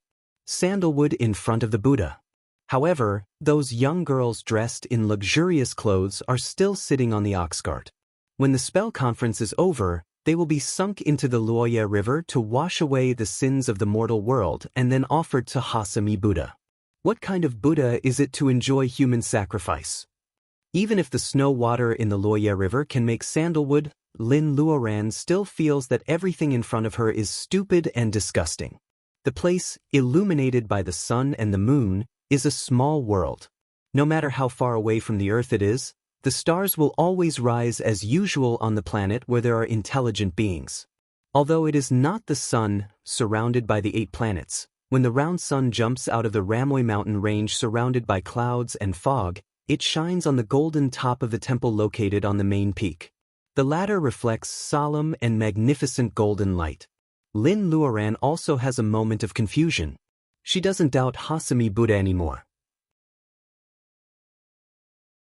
The first thought that comes to her mind is solemn. The golden light refracted by the golden top of the temple passes through the clouds and fog of the Ramoy mountain range all year round. It is cast on the surface of the Luya River where the sandalwood fragrance is curling up and the water vapor is dense. It meets the source of the clear snow water. The completely different visual impact of movement and stillness, luxury and simplicity, brings a shock to people's hearts. The bell rings from the top of the mountain. The people of Hassa have already knelt down and kowtowed. However, Lin Luoran is suddenly awakened. Mu Tiannan's eyes turn red. They look at each other and both see the surprise in each other's eyes. If they are not awakened by the bell, they are almost immersed in this solemn atmosphere with their personal ability. It is not good news for the two of them. The other party has the right time, place, and people. If they really turn against each other, it will be very difficult to deal with them. Lin Luoran murmurs. Today is the so-called Buddha's birthday, the time when the power of wish is the most condensed. At this moment, the two of them are standing at the foot of the mountain where the golden body of Hasami Buddha is worshipped. It is like someone challenging the authority of mortal heart fairy in Dongting on the earth. No matter whether Hasami Buddha is real or not, Lin Luoran has already understood that she and Mu Tiannan's move of forcing the emperor to abdicate is not a good one. It's just that it's been more than 400 years. She has been thinking about reuniting with the Lins all the time. She's plotting slowly, like a frog in warm water, to stabilize the situation. She lacks patience. The chanting of scriptures is neither high nor low. The scriptures are obscure, and Lin Luoran doesn't understand which book it comes from. As time goes by, the temperature gradually rises, and the sandalwood fragrance in the Luoye River is getting stronger. The rich people who went up the mountain a few days ago must have received blessings in front of the golden body. At noon, a Buddha statue, shrouded in golden light, suddenly appears above the main peak. Buddha is merciful. Hassa is here. The believers kowtow. The golden body of the Buddha chants the name of Buddha, and a substantial gaze is shooting in the direction of Lin Luoran. Lin Luoran's converged power of faith automatically protects the owner and blocks the gaze. She and the Hasami Buddha meet in the air. In a short moment of confrontation, both sides have a rough estimate of each other's strength. This so-called Hasami Buddha is very strong. However, the power of faith is not solid. Obviously, it is not a real Buddha. The Hasami Buddha is also shocked. Lin Luoran's power of faith is not stronger than it, but it is thick and solid, which makes it both surprised and surprised. This human female cultivator actually gets the godhead of a real god. If it can get it, it will be a great opportunity for it. Mu Tiannan doesn't cultivate the power of faith, so he doesn't attract the attention of the Hasami Buddha. However, it is precisely because of the carelessness of the Buddha that Mu Tiannan notices the faint breath of the same kind under the light of Buddha. He is not a Buddha. Lin Luoran narrows her eyes and says slowly, word by word. Mu Tiannan is shocked. Is he a monster? Countless power of faith rushes to the golden body of the Buddha statue. The Hasami Buddha chants the name of Buddha again. The bell rings 3 times, and its golden body disappears in the depths of the clouds. Believers can't stop crying. After a while, a group of monks wearing red cassocks with golden threads and straw sandals weaved by cattail rush down from the top of the mountain with a canopy. The eminent monk on the lotus platform is similar to the previous Hasami Buddha. He is kind and doesn't have the weak monster Reiki that Mu Tiannan noticed. Believers have been shouting Buddha Lord. Obviously, he is the spokesperson of Hasami Buddha in the human world. Of course, in Lin Luoran's view, he is the so-called Hasami Buddha himself. A bunch of golden threads invisible to ordinary people falls on Lin Luoran's head. A red light flashes in Mu Tiannan's eyes. He spits out red clouds and sticks the golden net in the air. Lin Luoran's movement becomes very slow. The monk suddenly opens his eyes, and the golden light surges. After seeing Mu Tiannan, he looks very strange. He probably doesn't understand why a real human like Mu Tiannan attacks with the fierce means of the monster. Let's go. One mountain can't accommodate two tigers, let alone two faiths. Lin Luoran and the so-called Hasami Buddha don't make a move. Once they make a move, there is no possibility of peace. The monk throws a golden net to catch her, but Mu Tiannan's red clouds repel her. Now they even break up. Lin Luoran says to Mu Tiannan, the two have turned into a stream of light and run straight to the Buddha city, built on the steep mountain wall. In the middle of the air, the Buddha Lord on the lotus platform shouts, "Evil Buddha!" In the panic of the believers below, the monks holding the canopy change into a square, trying to stop Lin Luoran and Mu Tian. Mu Tianan smiles slightly. In his heart, he sneers at a group of hypocrites who overestimate themselves and easily break the circle set by the monks. Buddha's light can subdue monsters, but unfortunately, this Buddha is not upright. The power of faith he produces can't do anything to a big monster like Mu Tianan. Needless to say, Lin Luoran has completed the 5 elements of her gathering vitality. Except for the divinization doom, she already has the strength of a divinization cultivator. In the past, she had to rely on this escape spell. Now she can touch the fluctuation frequency of space, so she directly chooses to teleport. When she reappears, she is already in front of the temple on the main peak where the golden body of Hasami Buddha is worshipped. 1,000-year-old Bodhi tree is like a rising cloud. The temple is full of incense. The strong faith keeps Lin Luoran under the tree and doesn't let her step out. Mu Tianan follows her and falls. The Buddha nature of the 1,000-year-old Bodhi tree makes him slightly uncomfortable. However, when he restrains his monster power, the Buddha nature certainly can't hurt him. In the square in front of the temple, a number of slaves favored by their masters are crawling. Seeing that the Buddha Lord's honor guard turns back halfway, they all look up in surprise. In the temple, the rich and noble dignitaries of Hasa are still enjoying the aftertaste of blessing. Seeing the monks carrying the lotus platform back, they go out of the temple in 2s and 3s to see what is going on. Hearing that the Buddha Lord says that the 2 people standing under the tree are evil abominations, with completely different skin color and dress, they are all panicked. They call their slaves to come forward to protect their masters. The monks in the temple go out in a line. People inside and outside the temple are anxious. In fact, they are in a mess because of the 2 bold evil abominations who break into the place where the golden body of Hasami Buddha is. The evil land can't trap you.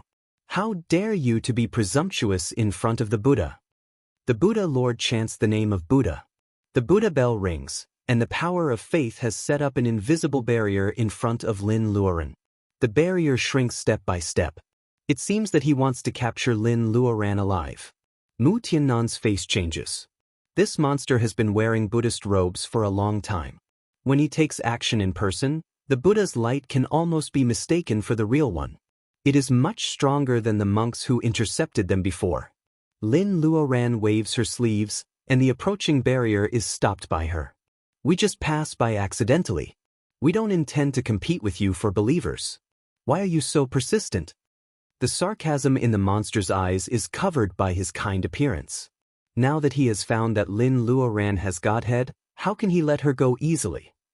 Interstellar transmission circle? The monster hasn't spoken the Huaxia language for many years, so his speech is a little difficult to understand. Lin Luoran is shocked. Isn't this monster from this place? It sounds like he is also an outsider?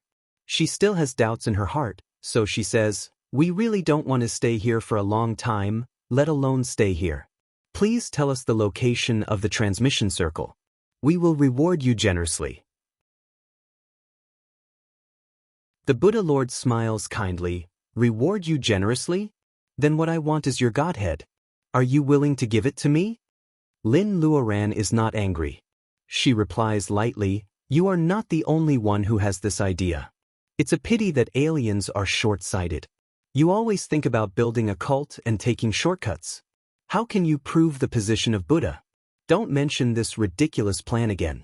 If I were you, I'd better propose some conditions that both sides can agree on. The deal is done. The starry sky is vast, and you and I probably won't meet each other again. Isn't it a win-win situation?"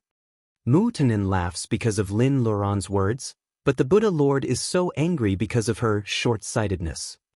The two evil Buddhas don't repent and insist on making trouble in Hasa. Pilgrims go down the mountain.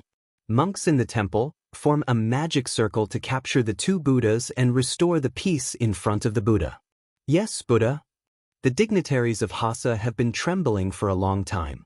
Hearing the Buddha's decree, they feel like they have been pardoned. They hurriedly order their slaves to guard them and want to go down the mountain. The monks in the temple surround Lin Luoran and Mu Tianan in a group. They hold copper lamps in their hands and turn them slowly. They are chanting obscure scriptures. Lin Luoran is very happy. If I were you, I would wait a little longer. When the two sides win, you can open your eyes and see who is the real Buddhas. She says this in the local dialect, so everyone here can hear her clearly. The Buddha Lord shakes his head and says nothing. He only chants the scriptures. It seems that he feels sorry for the stubbornness of the evil Buddhas. The dignitaries look angry. They accuse Lin Luoran of offending the Buddha Lord, and she will not have a good ending. Mu Tianan sighs. They are obviously a group of sick puppets bewitched by monsters. Why do you have to do this? Mu Tianan is right. The Buddha confuses people and teaches the civilians and slaves, the largest population base, to be content with the status quo. They don't know how to resist unfair treatment. They defend the interests of the dignitaries. They are willing to worship Hasami Buddha. They are indeed a group of self-hypnotized puppets. The distinguished believers have left. The rotating copper lamp in the monk's hands and the chanting sutras are complemented by the monk's mouth. The other side has the right time, the right place, and the right people. The people's wish at this time is to let Buddha catch the two evil monks. The golden light is enhanced by the monks and the power of will. Lin Luoran also feels the pressure approaching step by step. Mu Tianan looks up to the sky and roars. A pair of black wings grow out from under his ribs. He looks horrible. Standing beside Lin Luoran, he really matches the description of Rakshasa in the ancient books. Men are extremely ugly and women are very beautiful, and they both feed on human beings.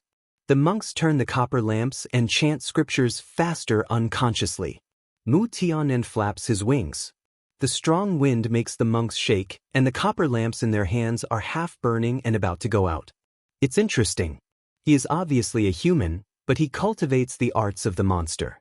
He has reached this level without exploding and dying. He and a female cultivator with Godhead whose strength has reached the critical point but has not passed the divinization doom. Such a combination is really rare in 1,000 years. The Buddha Lord lowers his head and says to himself. He can't hide his smile. The expression under the kind eyebrows finally changes, and it immediately becomes countless times more vivid. Of course, when he moves, he inevitably shows some deeply hidden ferociousness. The little monk standing at the outermost corner inadvertently sees the ferociousness on the Buddha Lord's face. He is shocked and uneasy. The copper lamp in his hand is blown out by the wind of Mu Tianan's wings. His thin body also turns over in the wind and falls on the stone steps in front of the temple.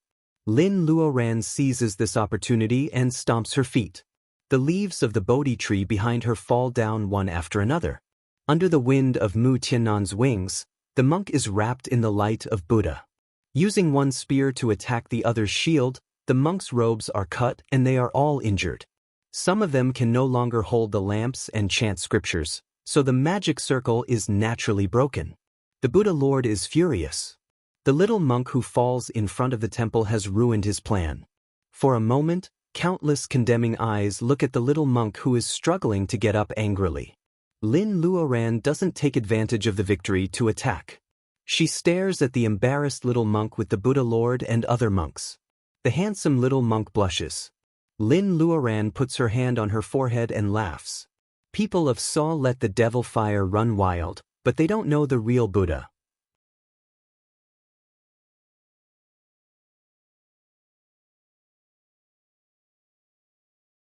Chapter 554.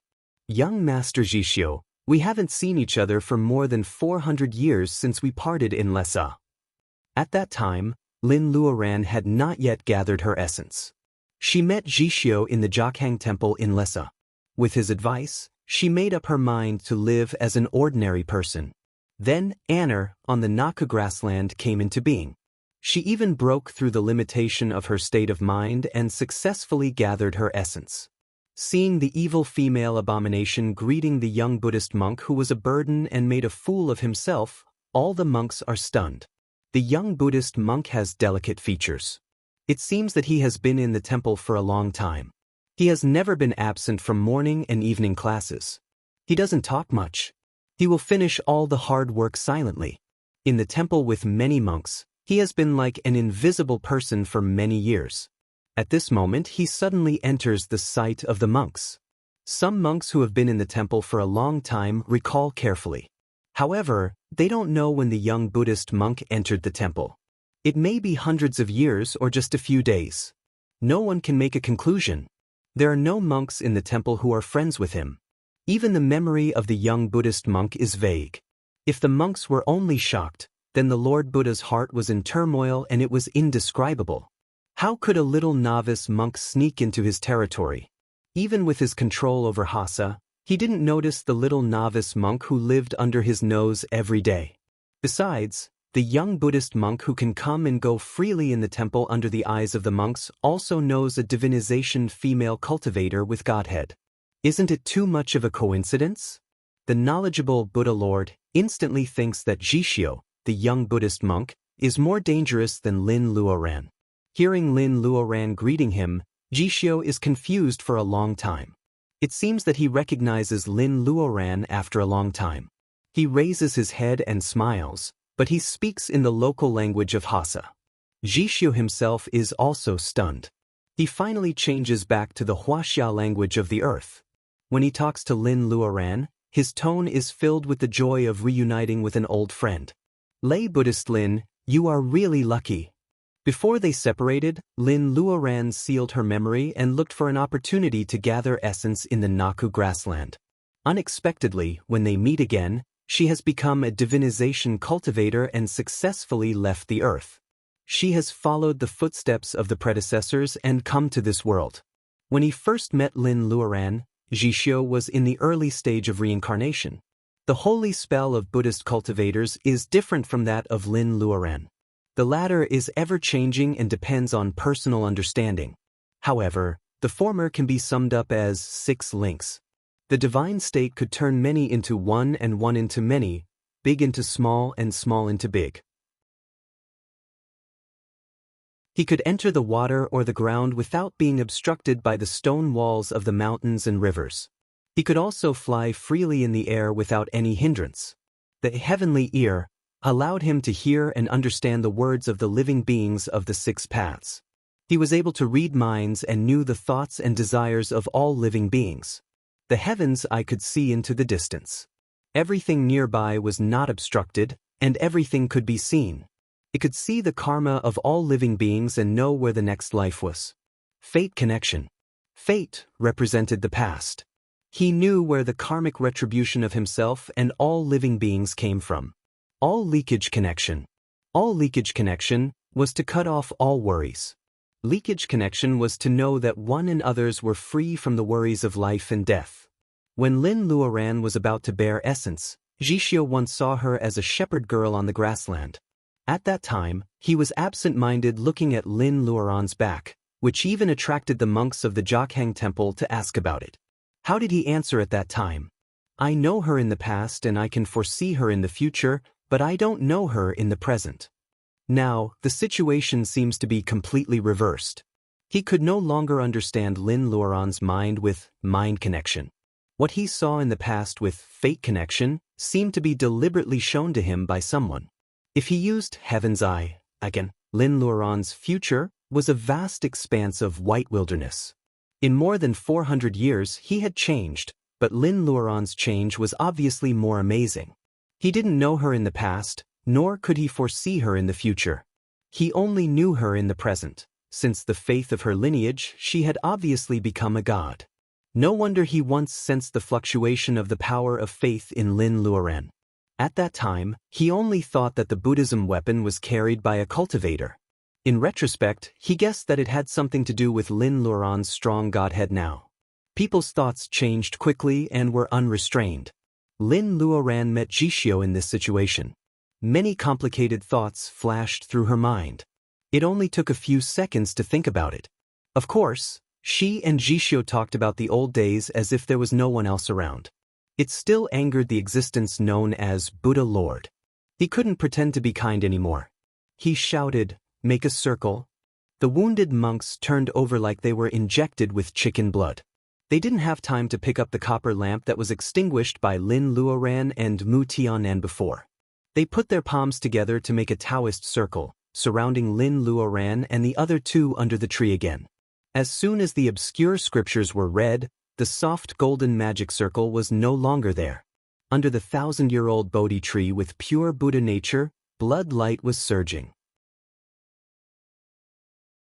Evil demon of hell swept over, and a bloody whirlwind attacked the three of them. Lin Luoran clicked her tongue. Buddha Lord had completely fallen out with her. He even used such a method in the open. The blood waves came, but Lin Luoran didn't move. Mu Tianan's monster Reiki was surging, but it didn't seem to affect Jixio at all. The Azura blood sea was refreshing, and the fragrance of the 400-year-old jade hairpin flower lingered for a long time. Lin Luoran still didn't figure out what Jixio was cultivating. The Rakshasa evil ghost walked through the magic circle. Lin Luoran relied on the pure white power of faith to separate herself from the blood sea. Mu Tiannan's monster power was strong, so he didn't care about the little ghost. Jixio stood beside them, and the evil ghost simply ignored him. Buddha Lord never gave up the lotus platform from beginning to end. Seeing the situation in the magic circle, his eyes flashed, and he made a Taoist gesture. The 1,000-year-old Bodhi tree behind the three of them shone with golden light. A big mouth suddenly appeared and swallowed Lin Luoran and the other two. Although this move came suddenly, it was not too difficult to get rid of it. Lin Luoran and Mu Tianan didn't resist, but Jixio signaled them. Buddha Lord probably didn't expect it to be so smooth. If things were abnormal, there must be something wrong. He couldn't pretend to be kind anymore. He frowned slightly and told the monks to change the magic circle. He chanted sutras and made Taoist gestures to strengthen the inhibition of the Bodhi tree. The Bodhi tree was a very Buddha-like species. The gentle golden light suddenly turned into a big mouth and swallowed them. Lin Luoran and the other two fell into a dark space. With Lin Luoran's personal ability, her eyesight can tell the difference between day and night. However, at this moment, all she can see is pitch darkness. The light in the world seems to be swallowed by something, and it is indescribably cold. Soon, her toes landed on the ground. There was a slight sound, and something like a snake came over. Lin Luoran burned it with the true fire. The fire flashed, and she didn't have time to see the surroundings clearly. However, even the Samadhi true fire only lasted for a short moment before it was extinguished. "It's very big here. Don't get lost." Jixio, who signaled Lin Luoran not to resist, finally said. A faint white light appeared. He flicked his fingers, and a white light rose and fell, turning into a halo around the three of them. With the help of the faint halo, Lin Luoran finally saw the surroundings clearly. The black fog was rolling outside the white halo. They were in the thick fog, and the surroundings were vast and boundless. They couldn't tell the location for a while. Master Jixio seems to be very familiar with this place. The white light was pure Buddha, and it was the nemesis of the black fog. However, according to Jixio's words, it seemed that this was not the first time for him to come here. Jixio nodded.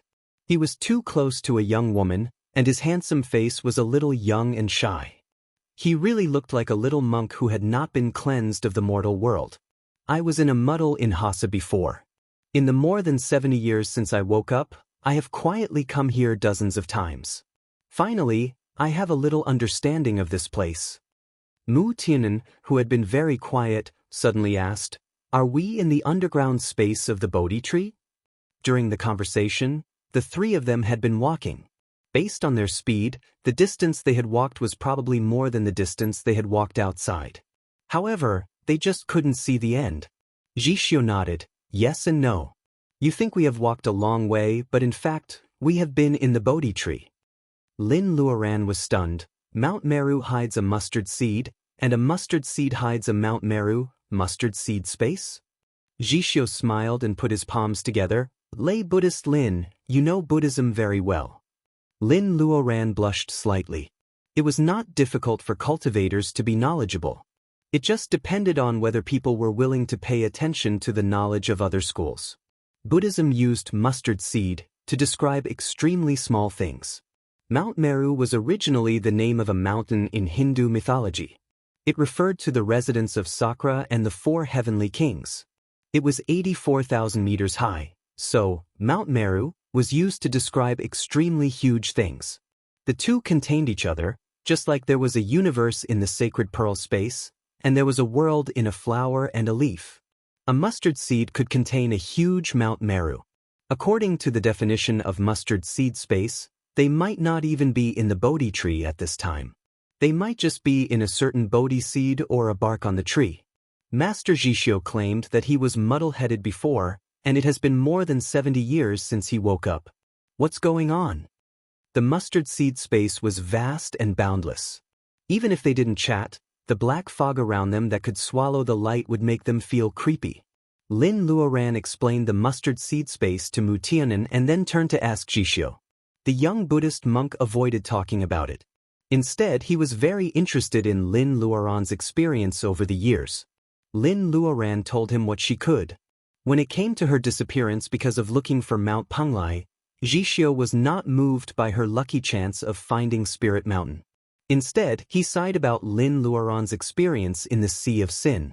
In the past, when the Shelter of Gods was opened, Buddhism left together. Jishio was very worried about the catastrophe of the earth. Hearing that Lin Luoran had rebuilt the 5 elements before she left, the young Buddhist monk was so excited that he chanted the name of Buddha several times. Lay Buddhist Lin, you have boundless merit. You will have good fortune in the future. Did you come to the Hasami sect to find the interstellar transmission circle? Lin Luoran's eyes brighten. Master, do you know where the transmission circle is? Jishio is a little worried. The interstellar transmission circle happens to be under our feet, but we can only see it but can't use it. Lin Luoran and Mu Tianan are half happy and half worried. Does it mean that it is under the Bodhi tree?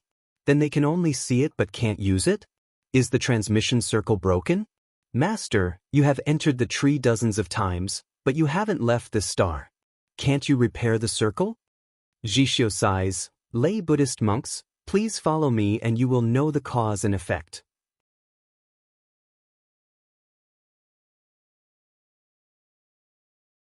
Chapter 555. A faint red light suddenly appears in the thick unknown, which makes people feel disgusted. Lin Luoran holds back her displeasure and follows the direction of the red light. This time, the 3 of them quickly pass through the black mist. Jishio stretches out his right palm and puts it in front of him. A huge force pulls the 3 people in the white halo together. When the halo reopens, the dazzling red light makes people unable to look at it directly. Lin Luoran tries hard to open her eyes and finds that the 3 of them are suspended in the air by the white halo. Under their feet, the source of the red light is burning. Countless shadows are twisting and moaning in the fire. Looking closely, they are all beautiful young women. Their expressions are extremely painful, but they can only shout and struggle. The fire is still silent, which is several times more terrible than the scene of crying and howling. These are, Lin Luoran has already guessed it, but she is not sure. Jishio's handsome and calm face is also angry. After a while, he says, Lay Buddhist Lin, I'm afraid you have guessed that these resentful spirits are the women who are sacrificed in Hasa every year. Mu Tianan frowns. Sacrificing human beings is already stupid. Looking at the countless female resentful spirits in the fire below, how can it be as simple as sacrificing human beings? There is no reincarnation in the hellfire. Thousands of young women have been sacrificed and suffered from the fire day and night. The compassion on Jishio's face is obvious. Lin Luoran is silent for a long time and then says hoarsely, the interstellar transmission circle is under the resentful spirits, right? Her tone is very dignified, but it is not a questioning tone. Jishio nods. The three of them are suspended in the air and protected by the holy spells of Buddhism. The resentful spirits below are still extremely arrogant, which shows the danger. However, although Lin Luoran doesn't know all the details of Jishio, Jishio's voice and appearance have not changed for more than 400 years. No matter how humble he is still a person with the holy spells of Buddhism. It is not impossible for him to leave this star through the interstellar transmission circle. It can be seen that he wants to stay. In more than 70 years, I have sneaked in several times. Every time I want to help the resentful spirits, I am afraid that I will alarm the Buddha Lord outside and implicate the innocent people of Hassa. Therefore, I bear it again and again, trying to find a foolproof way. It feels weird to chat on the heads of countless demons. The three of them return to the black fog, and Jishio tells them what happened in the past years. More than 400 years ago, the Earth's defense collapsed under the attack of the Alpha Alliance. Cultivators of all countries and races put aside their prejudices and temporarily united to open the Earth's last defense, the shelter of gods. Once the gods' protection was activated, the participants would have to be teleported away. Lin Luodong has the Taoist root of earth, Chui Wanlu has the Taoist root of water, Wen Guanjing has the Taoist root of fire, and has the Taoist root of wood, and Li Shi has the Taoist root of gold. Two of the cultivators with the Taoist root of 5 elements are from the Lin family. Wen Guanjing and Li Shi are friends with Lin Luoran, so they can enter the Tower of Babel as they wish. Not only the Huaxia cultivators, but also the European vampires and some demons who had been hiding in the peaceful era. However, without the star map of the Jade Stairs, they didn't have the coordinates when they left through the Tower of Babel. After arriving at the second-rate spiritual world, the planets were different. For example, Jishio was really unlucky. He was not only separated from the monks of the Buddhism school, but also landed in the Tiankui star, where Lin Luoran and others had been before with Xian Yuanping. Xian Yuanping has been living in seclusion with the old Taoist Huizhu for many years. Her hostility has become much calmer. Besides, because of the disaster of the earth, the world of personal ability in Huaxia has been united. Jishio, with his compassionate character, has no defense against the former evil woman.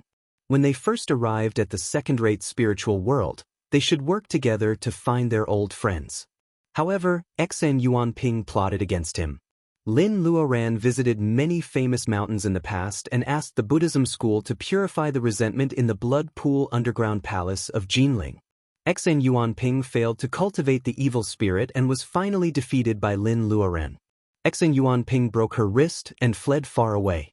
She had to give up her evil cultivation and learn Taoist talisman's spell from Huizhu. If it were someone else, it would also be an opportunity for them to abandon the dark and seek the light. However, Xian Yuanping, who can endure the pain of the resentment in the blood pool underground palace, is more stubborn than Lin Luoran. Jishio led the Buddhism school to purify the resentment in the blood pool and cut off her way to cultivate the evil power. Therefore, Xian Yuanping absolutely hates him the third most. Evil woman Xian has a list of enemies in her heart. Jishio took the third place and abandoned her biological father Huizhu. No matter how much compensation he will get later, he will definitely be on the list. Needless to say, Lin Luoran will definitely be the top one. The Wise Flower and Xian Yuanping have been in the Tiankui star for more than half a year. They have just figured out the general situation of this world and plan to go to a prosperous planet of cultivation. However, Xian Yuanping plotted against them. At that time, Xian Yuanping's personal ability was not high. She relied on the Yinshan school behind the Tiankui star. She only said that Jishio had a great treasure and Yinshan school chased him. With Jishio's status in the Buddhism school, it is not surprising that he has 1 or 2 Buddhism treasures. The Tiankui star is the sphere of influence of the Yinshan school. Suddenly, there is an unknown master of the Buddhism school walking around. No wonder the Yinshan school is afraid. Coupled with the instigation of the evil woman Xian, Jishio was chased by the Yinshan school all the way. Not to mention finding the monks of the Buddhism school who came with him from the teleportation circle, he could save his life because he fell into this star. For nearly 1,000 years, the Hassa star has been marked with a dangerous symbol in the star atlas of the world of cultivation. Cultivators who accidentally entered this star never came back. In short, no one has ever come out. Some big schools thought that there was some treasure on this star, so they organized a group of disciples to explore. The whole team was annihilated, and 2 gathering vitality cultivators were killed. The second-rate spiritual world is vast, and there are many unexplored new stars. It is a crooked tree whose input and output are not proportional to each other. Learning from the previous example, other forces naturally shrink their necks and no longer ask about it. As soon as Jishio entered Hassa star, the people of the Inshan school had no choice but to give up chasing him. Jishio, who was seriously injured, survived. However, Jishio's situation is a bit special. In the Tibetan esoteric school, there is a saying that a spiritual boy reincarnated. Jishio has always been a young Buddhist monk. It's not that he is pretentious or deliberately pretending to be weak. It's just that after several lives of recultivation, Jishio still hasn't found the real Buddhism path. Lin Luoran hears this and thinks secretly. It turns out that he is a Buddhist monk. However, there are no gods and Buddhas in the world. No matter how long he cultivates on the earth, he can't see the light of Buddhism. This special situation, coupled with the weirdness of Hassa country, makes the seriously injured young Buddhist monk fall into a state of confusion. Logically speaking, he only needs to find a place to settle down and slowly recuperate. In a few decades, his injury will be healed. Unfortunately, the doctrine of Hassa-me sect propagated by the Buddha Lord of Hassa is everywhere on the mainland. Whether it is dignitaries or ordinary people, the distorted Buddhist doctrine is everywhere. Lin Luoran and Mu Tianen come here. Of course, it doesn't matter. As soon as they hear the evil doctrine, they will immediately be vigilant. However, Jishio was seriously injured at that time. He was in a muddle-headed state and couldn't tell the truth from the falsehood. The doctrine of Hassa-me religion was derived from Orthodox Buddhism. Jishio slowly forgot his origin and turned to study Hassa-me religion. He is very talented in Buddhist cultivation. If the Hassa-me sect wants to control the entire mainland, it certainly can't rely on the Buddha Lord alone. Monks are popular. The temple dedicated to the golden body of Hassa-me Buddha in the Buddhist city, Ramoi, is the highest goal of monks everywhere. Jishio specializes in the doctrine of Hassa-me Buddha and succeeds. After many rounds of recommendation and selection, he is lucky to enter the Ramoi temple where the Buddha Lord is. If it is a real holy land of Buddhism, a genius like Jishio will be treated as a treasure. However, everything the Buddha Lord does is only for his own personal interests. He preaches on the planet to collect the power of faith, and he recruits monks to train fighters. Jishio is only interested in the twisted doctrines that the Buddha Lord pieced together. He is forgotten by the Buddha Lord within 2 years of entering the Ramoi Golden Temple. Jishio lives a low-key and simple life in the temple. His personal ability is not high, but his appearance has not changed at all after decades. He scares himself and can't find the reason. He is afraid that he will be regarded as a monster. He can only hide again and again, hoping that the monks in the temple will turn a blind eye to him. His hope is naturally a kind of wish power. He can do big things, but he just hopes that people don't notice him. He uses some similar small spells quietly. After a few years, he finds that no one really pays attention to him, so he stays in the Golden Temple with peace of mind. There are hundreds of monks in the big temple, so it is not eye-catching to have one more person. Whether it is morning or evening classes or meals, Jishio always sits at the back. He never talks much. When he meets other monks, he just lowers his head and hurries past them. The monks in the Golden Body Temple changed quickly. Time flew. Who would take a second look at the little acolyte who always had a shy smile on his face? On the one hand, the Hassa-me sect takes advantage of the confusion of his mind.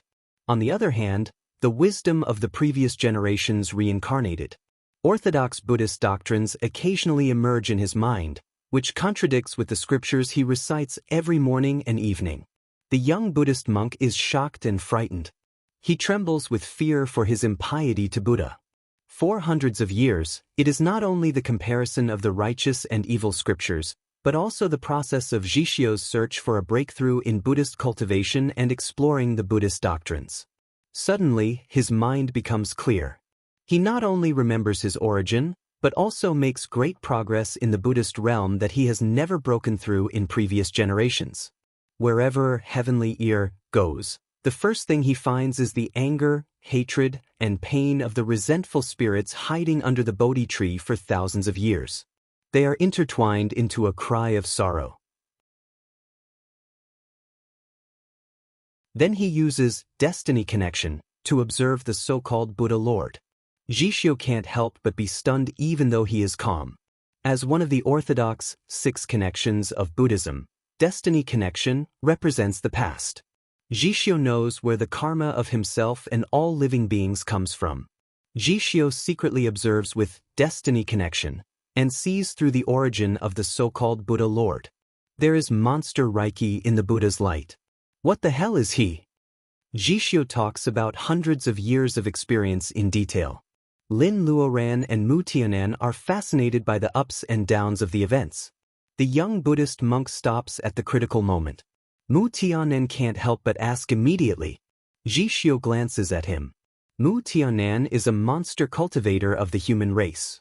In the eyes of the young Buddhist monk, he is not far from the origin of Buddha Lord. However, because Mu Tianan is with Lin Luoran, the young Buddhist monk doesn't say much. Lay Buddhist Mu, you have sharp eyes. That Buddha Lord is really not a good thing. You too can break the world and come here. You must know that there is a spiritual world above this world. Lin Luoran nods. The world where the earth is has been abandoned by cultivators. In the future, it will probably focus on technological civilization. The spiritual world above the second-rate spiritual world is the spiritual world where divinization cultivators ascend. It is a new world created before gods and Buddhas leave. With Liao around, these secrets are not really secrets. The mortal world where the earth is located has withered. As early as 10,000 years ago, the cultivation school began to slowly migrate to the second-rate spiritual world with the Tower of Babel. The stars in this world are vast. Somehow, even the bloodline of the earth is the same. However, the prosperity of cultivation we see today is not due to the arrival of earth cultivators. For decades, I have guessed that the small earth, where Buddhism and Taoism coexist and there are hundreds of races, may not be that personal ability enhancement originated from the earth. Maybe the earth was once a member of this world. The earth is a member of the second-rate spiritual world? This is a new idea. With the prosperity of the primitive world, countless powerful monsters should have the strength to cross the void. However, there is no trace of this in the alliance of the galaxy. If they have the strength, there is no reason for them to hide in a corner. Lin Luoran is puzzled about this phenomenon. Hearing Jishio's words, she suddenly has a new idea. There are countless planes in the universe, which are called worlds by cultivators. If the earth really belonged to the second-rate spiritual world and was suddenly removed by someone with great holy power, it fell from the world of cultivation civilization to the plane of technological civilization. Only Huaxia people on the earth have the Taoist root, and only earthlings can cultivate. Therefore, it makes sense that the earth is incompatible with other planets with technological civilization. Just like all the planets in this world have interstellar transmission circles, the earth also has the Tower of Babel. The difference is that the interstellar transmission circles in the world of cultivation are interstellar transmission, while the Tower of Babel on the earth leads to the second-rate spiritual world. This is not something that the world of cultivation can do. Even the big schools in the world of cultivation can't open up the space channel. Otherwise, they can directly make a channel connecting this world to the spiritual world. Everyone can just move to a blessed place for personal ability enhancement with abundant Reiki. Why bother to go through the divinization doom, which is very dangerous? The fake saintess follows the footsteps of the man in robe. She crosses the long interstellar space to come to the earth, but she arrives far later than the man in robe. The two obviously come to the earth one after the other, but they are separated by 10,000 years. Lin Luoran used to think it was because of the crack of time and space. Now a bolder idea comes to her mind. If the earth really belonged to the second-rate spiritual world, or even when the man in robe found it, it was still in the second-rate spiritual world. At that time, the people on the earth were just enlightened, and hundreds of races were waiting to prosper. Then the man in robe played the role of educator, and the earth began to have the saying of training chi and cultivation. The old era where gods and Buddhas were everywhere and cultivators were like dogs really happened on the earth. However, there are thousands of gods and Buddhas. How can a small planet provide enough power of faith to form the heavenly palace of Taoism and the spirit mountain of Buddhism?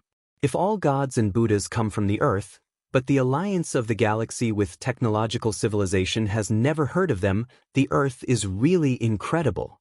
But what if the earth was still in the second-rate spiritual world at that time? Many things that she doesn't understand can be explained at once. From the primitive era to the 3 sovereigns and 5 emperors, Lin Luoran used to wonder where the lost history of Huaxia went. There is no reason why it suddenly becomes difficult to cultivate when gods and Buddhas are everywhere. However, if this spiritual world is the real world of cultivation, and the earth is suddenly moved to the plane of technological civilization, the so-called lost history will suddenly have cause and effect. The history of the earth itself has always been there. It is the sudden change of the environment in which it is located. The original reasonable history of civilization is put in an abrupt and mismatched environment. Of course, it is strange. In the primitive era, there were many powerful predecessors. They must have traveled across the starry sky to planets other than the Earth. However, at that time, the Earth was still in the second-rate spiritual world, the plane of technological civilization. How could there be traces of cultivation? According to Liao, the second-rate spiritual world and the spiritual world came into being after the migration of gods and Buddhas. Of course, gods and Buddhas migrated, but how can they give up all their believers?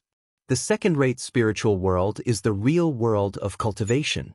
Perhaps it is more appropriate to call it the mortal world in the eyes of gods and Buddhas.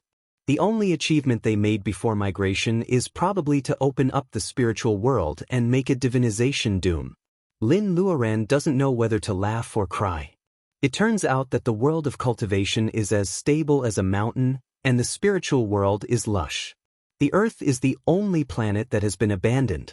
With the ability of the man in robe, it should be easy for him to cross worlds.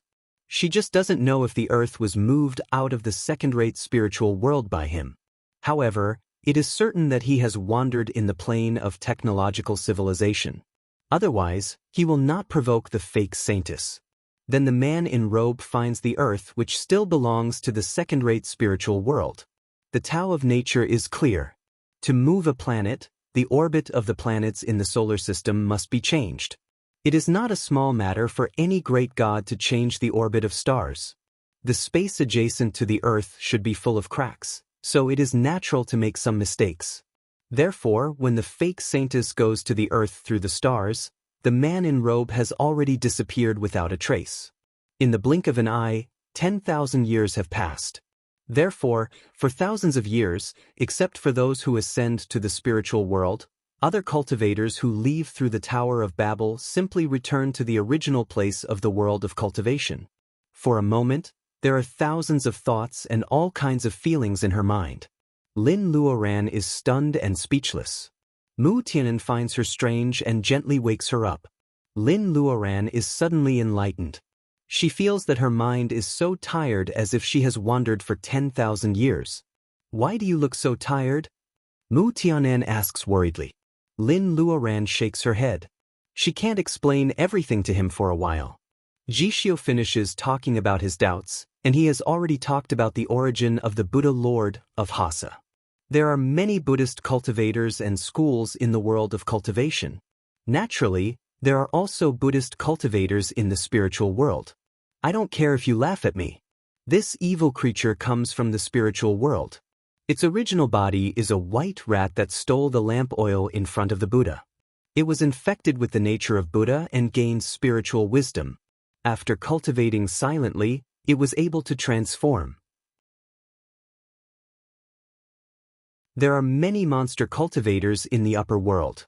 It doesn't matter if there is one more rat monster with the nature of Buddha. However, the white rat is greedy. It eavesdrops on the secrets of Buddhism and tries to become Buddha through a shortcut. This is the absurd and indescribable Hasami sect that you see. After saying this, Jishio chants the name of Buddha.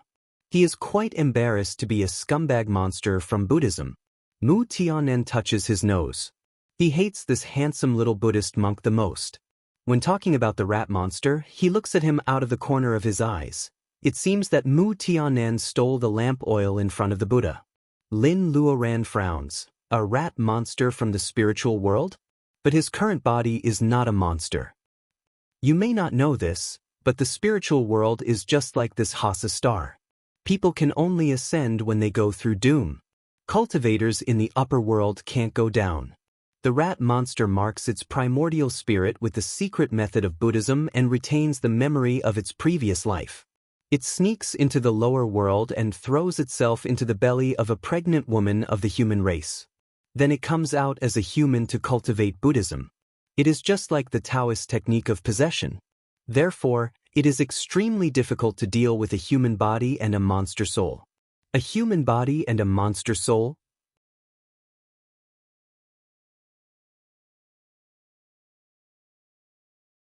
Chapter 556. He marked the primordial spirit with the secret spell of Buddhism and forcibly possessed the body of Buddha to cultivate Buddhism.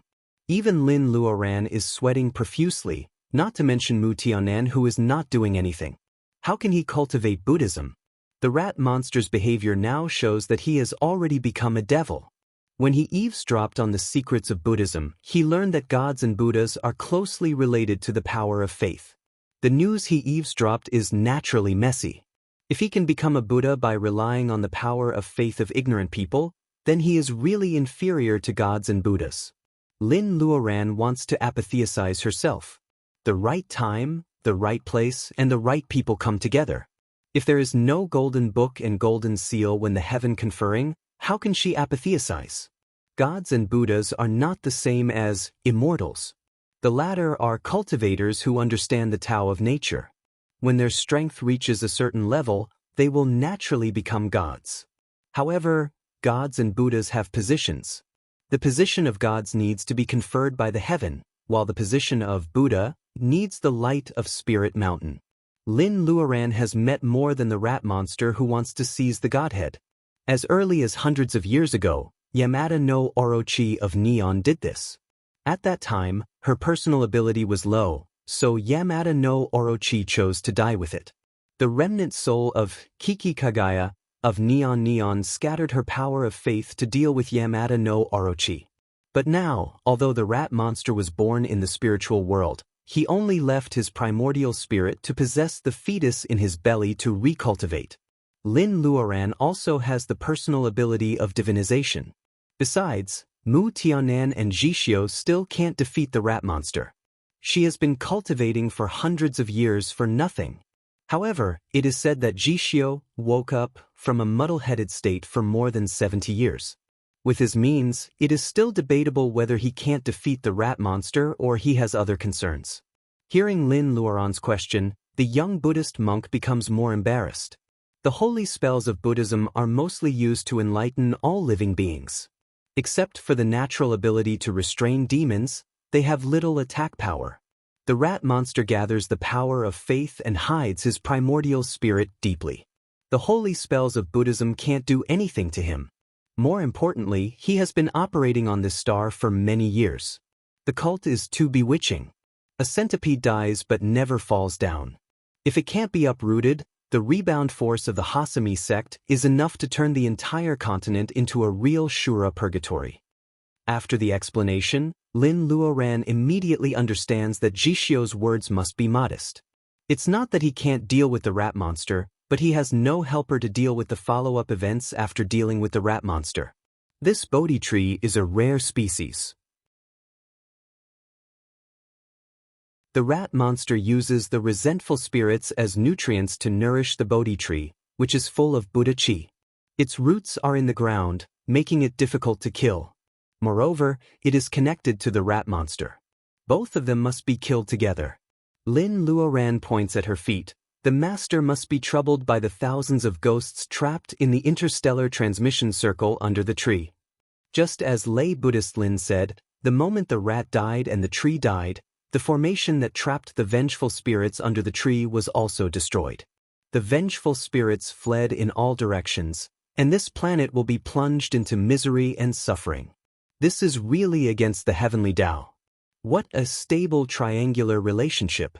The rat monster in human skin, the Bodhi tree, and the vengeful spirit are all interconnected. Even if there are some Buddhist masters who occasionally visit this planet and want to deal with the rat monster, they have to swallow their anger for the sake of more innocent creatures. If this drags on, the local rat monster will inevitably take the initiative. Mu Tianen, who has been repeatedly shot in the knee, finally has a chance to speak. Now there are 3 of us. Isn't it better to deal with the rat monster, destroy the tree, and suppress the vengeful spirits? Lin Luoran ponders for a while and nods. It has a human body and a monster soul, so the holy spells of Buddhism are useless to it. However, it can still use Buddhism to deal with Brother Mu. It seems that I have to deal with the rat monster myself. Brother Mu is responsible for destroying the tree. Master, you have a heavier responsibility. Can you handle the thousands of vengeful spirits under the tree? Monsters are not good at saving people, but Brother Mu is good at destroying things. No matter how stubborn the root of the Bodhi tree is, he only needs to cooperate with Lin Luoran to extract all the vitality of the tree, and the natural spirit seed will not survive. Lin Luoran's proposal is exactly what Jixio wants. The 3 of them discuss it again.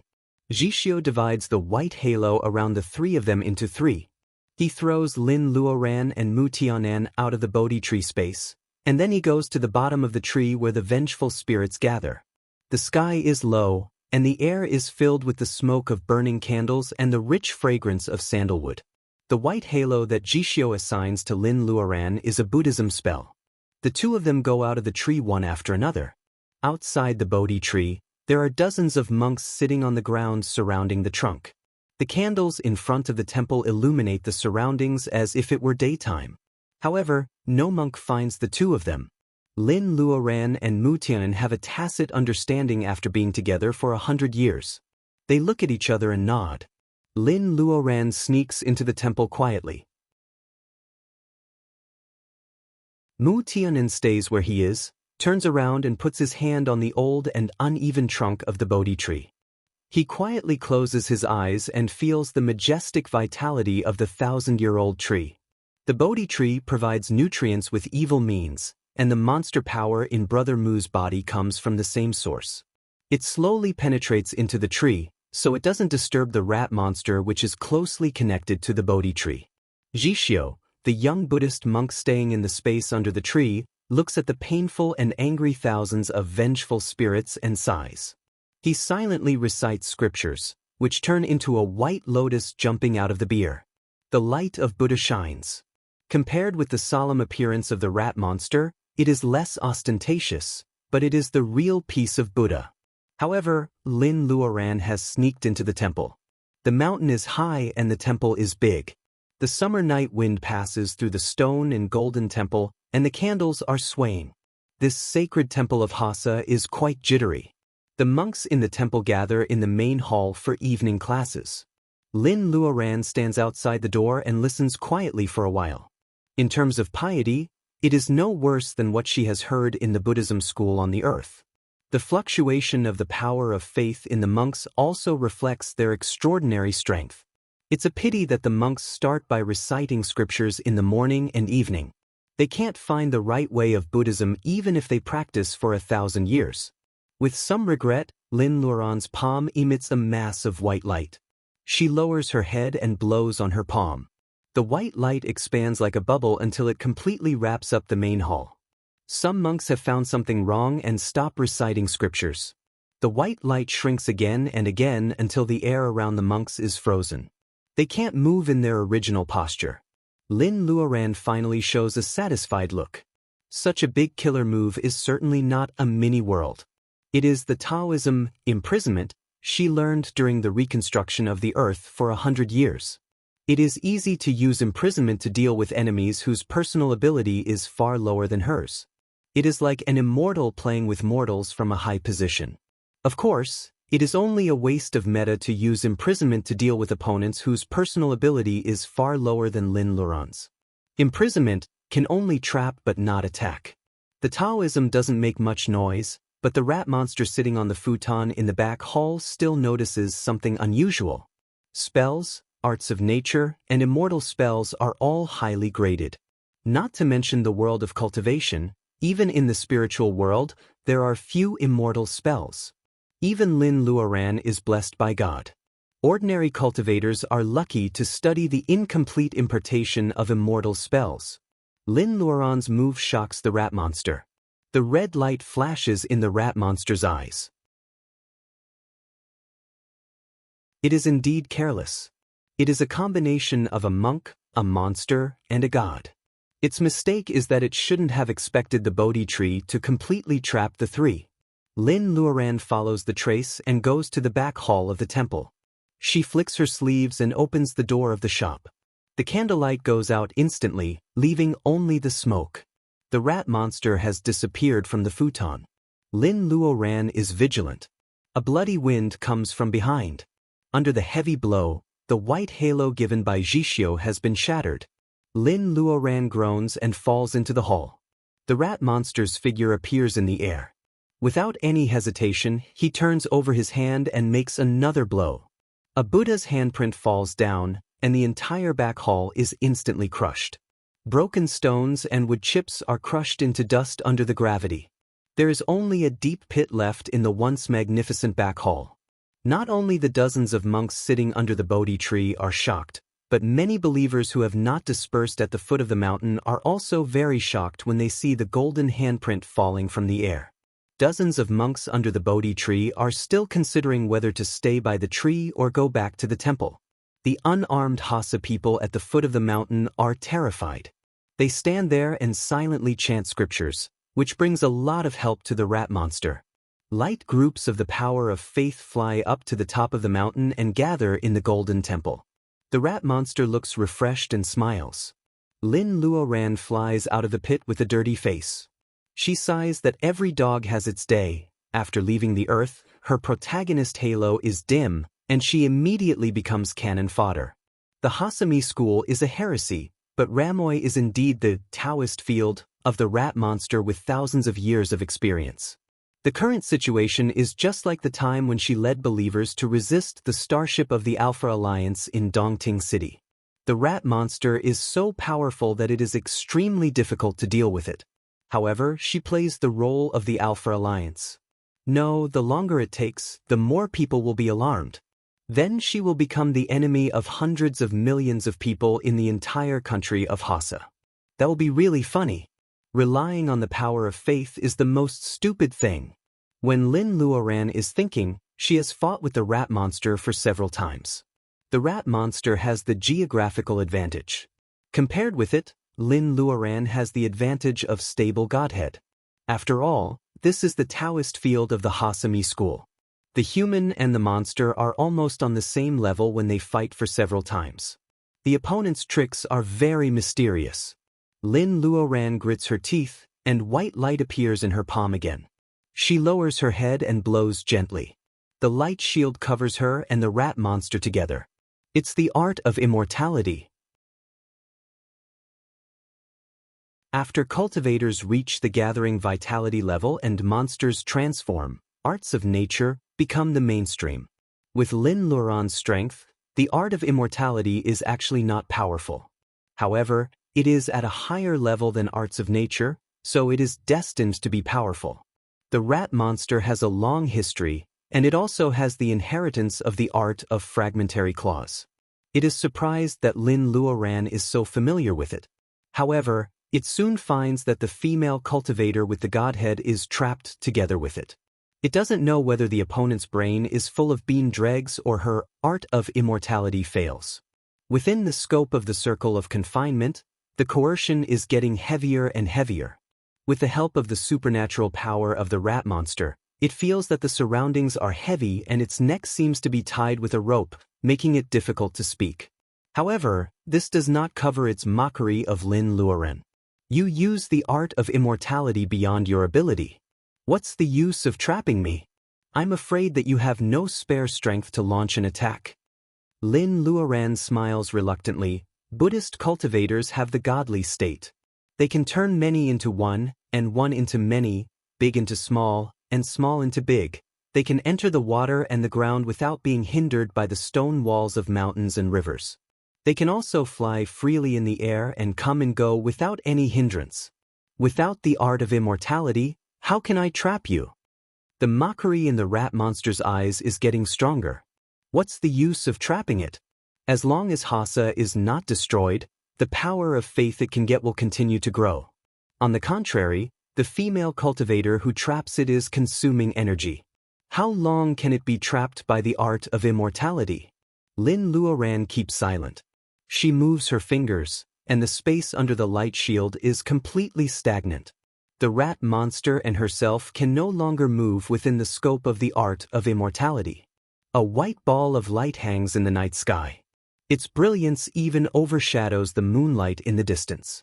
Followers of the Hasami sect at the foot of the mountain are at a loss. The 10 monks sitting under the Bodhi tree can no longer bear it and stand up. As soon as they move, Mutanen, who is standing quietly with his palms against the trunk of the Bodhi tree, also moves. Gurgle, gurgle, gurgle, the pulsating sound of trickling water. It is like the heartbeat of the Bodhi tree. It is closely connected with the rat monster. This tree is alive. Logically speaking, it should have become a monster long ago. Mu Tianen can't figure it out, but he doesn't think about it. Alive is easy to deal with. He learned all his evil arts from the old bat, and he once sucked human blood. It is not easy to kill a tree. However, Brother Mu is very familiar with swallowing. Mu Tiannan's 5 fingers turn into hooks, piercing the bark and sinking into the trunk. There is a suction force in the tree that wants to pull him in. Mu Tianan spreads his wings and stands still like a bell. A demonic tree that didn't have any spiritual wisdom, and it wanted to compete with him. It was really overestimating itself. Black light walks in the open space in front of the temple. The monks exclaim and turn back with copper lamps in their hands. Mu Tiannan's black wings open and close, pulling the monks behind him and knocking them all out. The corners of his mouth curled up devilishly. The essence of the Bodhi tree had already flowed into his body through his hand that was inserted into the tree trunk. No matter how hard the Bodhi tree shook its leaves, how could a tree that was trapped in its original spot compete for the great demon's devouring? The rat monster in the circle of imprisonment is furious. It turns out that Lin Luoren wants to destroy the Bodhi tree by trapping it. How can 2 cultivators who have just arrived in Hasa know its details? Is it possible that the young novice monk in the temple is actually a powerful Buddhist cultivator who hides his power? It is impossible. Such a powerful Buddhist cultivator is also the top in the spiritual world. How can he come down to the mortal world to fight against it? Jishio has reincarnated several times and stayed in the mortal world in order to prove the cause and effect and find the real Western nirvana. His perseverance and vision are beyond the imagination of the rat monster. Yellow leaves fall from the Bodhi tree branch and it gradually withers. The rat monster's vital energy and blood are surging and its primordial spirit is turbulent. It struggles hard in the prison. Lin Luoren frowns tightly. She doesn't let go and only tries her best to maintain the prison that traps her together. As Mu Tianan swallows the life essence of the Bodhi tree, the red light in his eyes becomes more and more intense. Before he went to the Chaos Spirit Spring in the underground palace of Jinling to wash the devil energy, the essence of this tree is really a great tonic.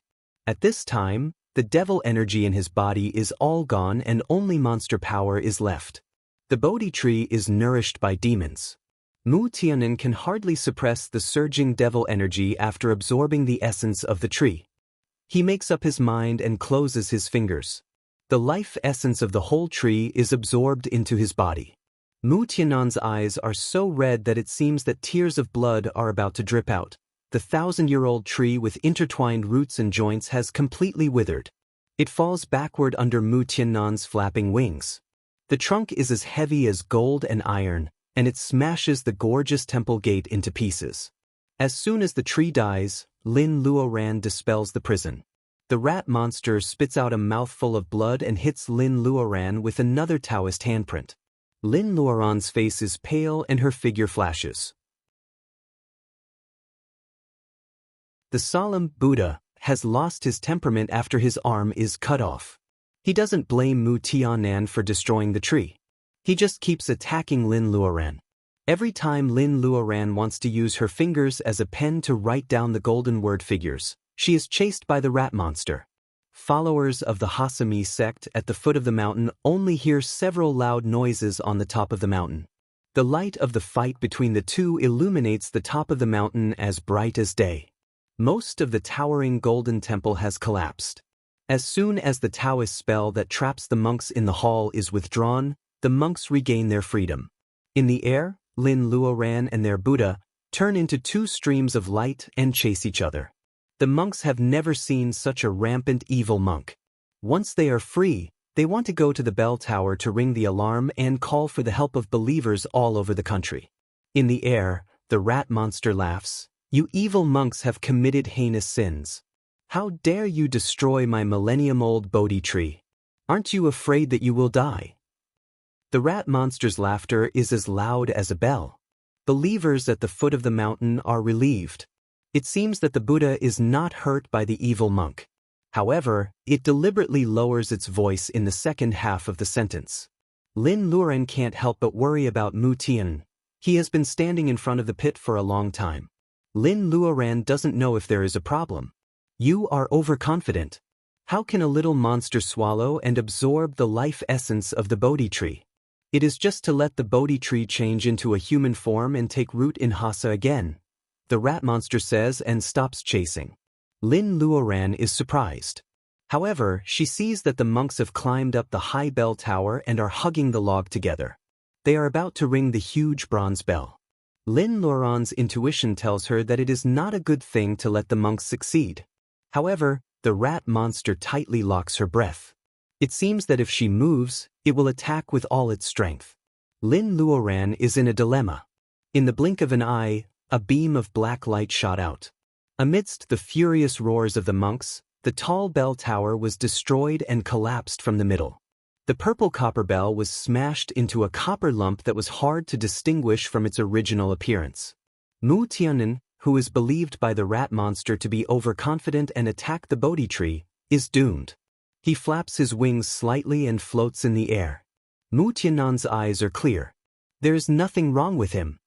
"Impossible." The rat monster seems to be greatly shocked. Brother Mu coughs and spits out a red light ball from his mouth. He holds it in his hand with disgust. "It tastes terrible."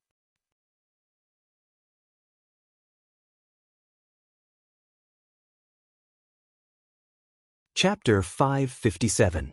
Mu Tianan pinches the small red light ball with disgust. While talking, he pinches the small red light ball hard. The rat monster really wants to spit blood again. Lin Luoran finally grasps the very short moment when it is distracted. She uses her fingers as a pen and quickly catches the pulse of fire. She has finished writing a golden word figure. Fire burns from all directions, forming a cocoon and surrounding the rat monster. In fact, the word thunder is the best way to deal with monsters. However, Lin Luoran has the personal ability of divinization but hasn't passed the doom yet. She doesn't dare to rashly attract the purple thunder. She is afraid that she will have to pass the doom of divinization before the rat monster is killed. The golden word figure is learned from the Great Tao, which is the most orthodox inheritance of the man in robe. Every word is broken into pieces and analyzed carefully. The word fire, written by Lin Luoran with the personal ability of divinization, is quite different from when she first learned it on the way of interstellar wandering. The previous fire can be traced, but now it is unknown where the fire comes from and how to extinguish it. Mu Tianan cultivates as a monster. When the fire cocoon surrounds the rat monster, he can't help but avoid it. No one knows what it feels like to be the rat monster inside. Can it be burned? Mu Tianan pinches the small red light ball and moves forward. Lin Luoran looks inside the fire cocoon. The rat monster is possessed by the Buddha's light. Unless it is completely cut off from the country of Hasa where the power of faith is generated, it will take a long time. Even Lin Luoran doesn't know how long it will take. But where can she cut off the connection between the rat monster and the believers of Hasa? The power of faith is a fetter that even the world can't cut off. Take Lin Luoran herself as an example. She left the earth from the Tower of Babel to the world of heaven. There are thousands of invisible threads, but the believers on the earth are still sending faith light balls to her ocean of consciousness. Lay Buddhist Lin. Jishio's voice rings. Lin Luoran and Mu Tianen land and go to the pit where the Bodhi tree is uprooted. Looking through the hole, they see a huge underground space under the Golden Temple. Jishio, the young Buddhist monk, is sitting cross-legged among the demons. Seeing the two of them, he smiles solemnly. These demons must have been tortured before their death, so their resentment lingers for years. What they hate the most is the rat demons. If there is any place in the world that can pollute the people's power of will, it is here. Jishio's tone is bitter. He is reciting scriptures, and the demons are circled around him. Looking at their expressions, Jishio knows that their pain has been reduced. However, once they see the rat monster, thousands of demons will boil again. It's almost dawn. Lin Luoran vaguely knows Jishio's scruples, but the current situation doesn't give her much choice. She has to lead the fire cocoon into the circle of resentful spirits. Two different kinds of fire meet. The former tortures the demons, while the latter cleanses the sins. A vacuum zone appears in the circle of demons, and Jishio also jumps into the air. Demons notice the breath of the rat monster. Jishio's previous appeasement is all in vain. They rush to surround the fire cocoon like moths darting into the fire. Wherever the filth is, even the most devout faith can't be placed. Lin Luoran can see that the light of faith rising from the foot of the mountain can't get close to the pit of demons. The rat monster's power is cut off. The rat monster in the fire cocoon finally feels that something is wrong. At first, it scolds angrily. However, when the sky gradually brightens, it has become a faint plea. No matter how many benefits it promises, temptations and threats, it can't move the three hearts that are as hard as gold and iron after witnessing the misery of thousands of demons. The sun is a hindrance to the demons. At dawn, Mu Tianen even spreads his wings to block the entrance of the pit of demons. The situation is clear. Once the rat monster's power is cut off, the fire cocoon will burn its defense. Then its body will be burned and the primordial spirit of the rat monster will be exposed. At that time, the believers and monks of Hasa will carefully identify who is the real devil. After dawn, the monks of the Hasami sect have already reacted. The Hasami sect has been operating for many years, so they naturally have a special way to contact each other. Buddha's birthday has just passed, so both believers and monks from all over the world gather in Ramoi. At dawn, Lin Luoran finds many people rushing to the mountain. Fanatical believers are not afraid of death at all. In their opinion, Rakshasa does evil and the true Buddha is in trouble. In order to save the Buddha, they can sacrifice their worthless mortal bodies. In fact, they will be recognized by the Buddha and go to the Elysium world. Lin Luoran is moved by their involvement, but she doesn't agree with their behavior. After thinking about it, she casts a spell of nature and projects the scene under the pit of demons into the sky. Thousands of twisted phantoms of young women suddenly appear, which stupefies some people. Lin Luoran snorts coldly, "These demons are all harmed by your Buddha. Let me see who dares to stop me from killing the devil." Jishio chants the name of Buddha and lowers his head to recite sutras. His eyes are as clear as pools, and there are tears flashing in the corners of his eyes. The exhaustion of personal ability reincarnation makes him extremely soft-hearted. The fire has been burning for 3 days. Lin Luoran has consumed 70% or 80% of the meta in her body. Thousands of demons are wailing, which naturally affects the state of mind of the rat monster in the fire cocoon. In other situations, this fake Buddha can still be calm. However, it is surrounded by thousands of creatures that it has harmed. As soon as the flaw in its state of mind appears, The solemn Buddha's light fades like water. It is defeated like a landslide. No matter how strong the human body is, it is not enough to resist the continuous burning of the fire. During the 3 days, the monks and crazy believers who try to go up the mountain are all fanned away by Mu Tianan with his wings. On the 4th day, the sun jumps out of the mountains and sprinkles on the broken mountain top, covering the former glorious and sacred Hasa Mi Golden Body Temple. A wail resounds through the Ramoi Buddhist city. Red light flashes. The rat monster's primordial spirit turns into a cloud of fog and wants to escape. However, it is dragged back by thousands of demons. The big white rat flashes and disappears in the air of the Buddhist city. The rich fragrance of the Luoye River has not dissipated. Compared with the shouts of the crazy believers, it is really ironic. Fooling people and killing innocent women. It is not a crime to kill it. Lin Luoran hasn't had the intention to kill for a long time. She doesn't even have this kind of emotion when she sees Xian Yuanping again. The only thing she wants now is to destroy the rat monster's soul so that it can never enter reincarnation. Jishio sighs repeatedly, "Lay Buddhist Mu, please throw the life essence of the Bodhi tree into the fire." Mu Tianen has been holding the small red light ball for 3 days. He can't eat it, but it would be a pity to throw it away. Listening to Jishio's words, he throws it into the fire. The Bodhi tree is ignorant and has no spiritual wisdom. Its life essence is certainly not as good as the primordial spirit of the rat monster. As soon as it enters the fire, it is burned. The rat monster screams again. It is really hurt and the pain is unbearable. At noon, the rat monster's primordial spirit has been extremely weak. Lin Luoran estimates its strength and resolutely withdraws the fire cocoon. On the one hand, the meta in her body is almost consumed. On the other hand, she can always offset some grievances by taking revenge personally. As soon as the fire cocoon is withdrawn, the demons can't believe it at first. After realizing it, they rush up and tear up the weak primordial spirit of the rat monster. This white rat stealthily eats lamp oil in front of the Buddha. By chance, it is contaminated by the Buddha's light and becomes spiritual wisdom. If it cultivates diligently in the future, it may be able to achieve Buddhahood in a good environment in the spiritual world. The rat is cunning. It intended to steal the sky and converge the power of faith to become Buddha. Now its body and soul are both destroyed. There is no place for it to live anymore. As soon as the primordial spirit of the rat monster is destroyed, the power of faith it forcibly converges loses its leader and runs around. Believers and monks are both sad and confused.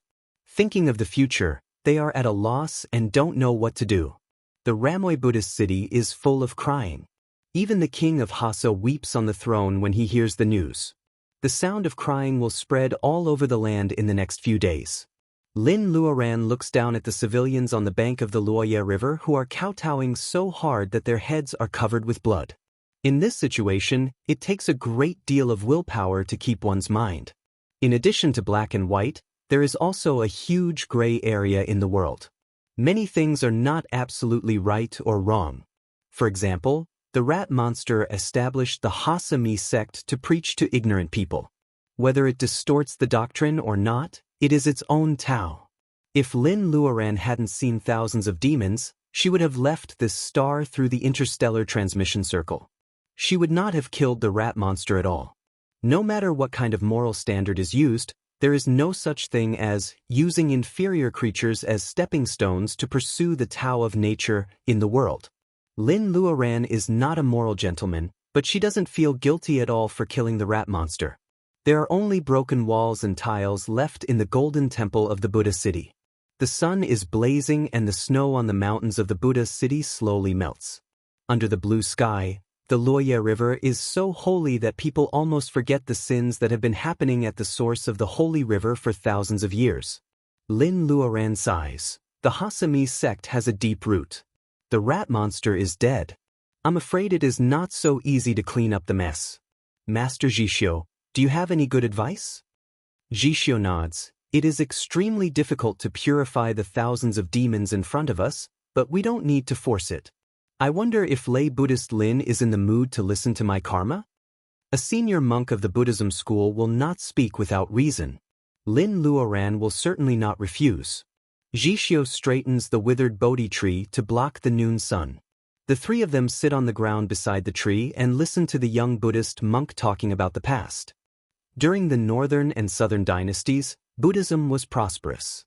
However, Taoism was backward in the land of Shenzhou. Jishio was an abandoned baby in his first life.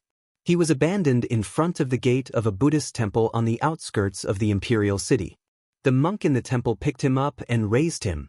He naturally followed the trend and believed in Buddhism. At that time, Buddhism was prevalent. However, secular temples did not represent Buddhist cultivators. Monks in the temple only lived on the incense offerings of the secular world and the private fields of the temple. When he was a teenager, Jishio found an incomplete ancient book in the corner of the Sutras pavilion in the temple. This book was not the scripture that monks were familiar with. It was a unique book about the holy spells of Buddhist cultivators. Jishio grew up in the temple, so his heart was pure. He was even purer than the vegetarian food in the temple. He began to recite scriptures when he could speak. For more than 10 years, he had never been absent from the scripture classes in the morning and evening. He didn't understand the essence of scriptures, but he could read the common Buddhist scriptures. With the purest and most sincere mind, he studied the supernatural powers. Although he was still muddle-headed after practicing for a few years, it allowed him to explore the most superficial little supernatural powers such as the mind connection. In addition, his strength soared. In less than 2 years, he could carry 2 big buckets of water back and forth on the mountain path dozens of times a day without feeling tired. If it were someone else, he would have already thought about his own way out. However, Jishio had learned the holy spells. His honest character could only make his school fellow apprentices push chores to him. He felt that he had great strength. When others tried to take advantage of him, he just smiled and didn't refuse. It seemed that he was very popular. School fellow apprentices all called him a fool. A fool couldn't be as greedy as his school fellow apprentices. No one knew the holy spells he learned. When Emperor Taiwu of the Northern Wei dynasty ascended the throne, Buddhist temples bloomed everywhere. More and more land was taken, forcing civilians to have no land. Emperor Taiwu began to suppress the development of Buddhism and forced some monks to return to secular life. Jishio, a young novice monk, was driven down the mountain by 2 taels of silver before he could become a bhikkhu with a certificate. At that time, there were monks who returned to secular life everywhere in the country. They had no skills to make a living and no property. Many monks grew their hair, returned to secular life, married a wife, and started a career. Jishio grew up in the temple. He never thought about any other way out except to be a monk. He stumbled and wandered for a few years. He strictly followed the family rules and precepts. What a waste of his holy spells. He relied on begging alms to visit all the famous mountains in Shenzhou. When he accidentally knocked on the door of a Buddhist sect, Jishio looked pale. The senior apprentice who wanted to guide him to cultivate in Buddhism was very surprised. Jishio found a fellow Buddhist. He didn't pursue fame and fortune, so he stayed in the deep mountain with peace of mind. Every day, he discussed scriptures with monks and practiced holy spells. He lived a happy life. In his first life, he died when he was 120 years old. The senior apprentice who guided him to cultivate in Buddhism believed that he was a good man. Unfortunately, he didn't understand the meaning of Buddhism in this life. He was still young and innocent until he died. The senior apprentice marked his soul with a secret spell so that Jishio could retain the memory of his previous life even after reincarnation. In his second life, he was a woodcutter. When he was middle-aged, his family broke up and he became a monk. He didn't recover the memory of his previous life until he died. Then he wasted another life. In his third life, he was a famous scholar.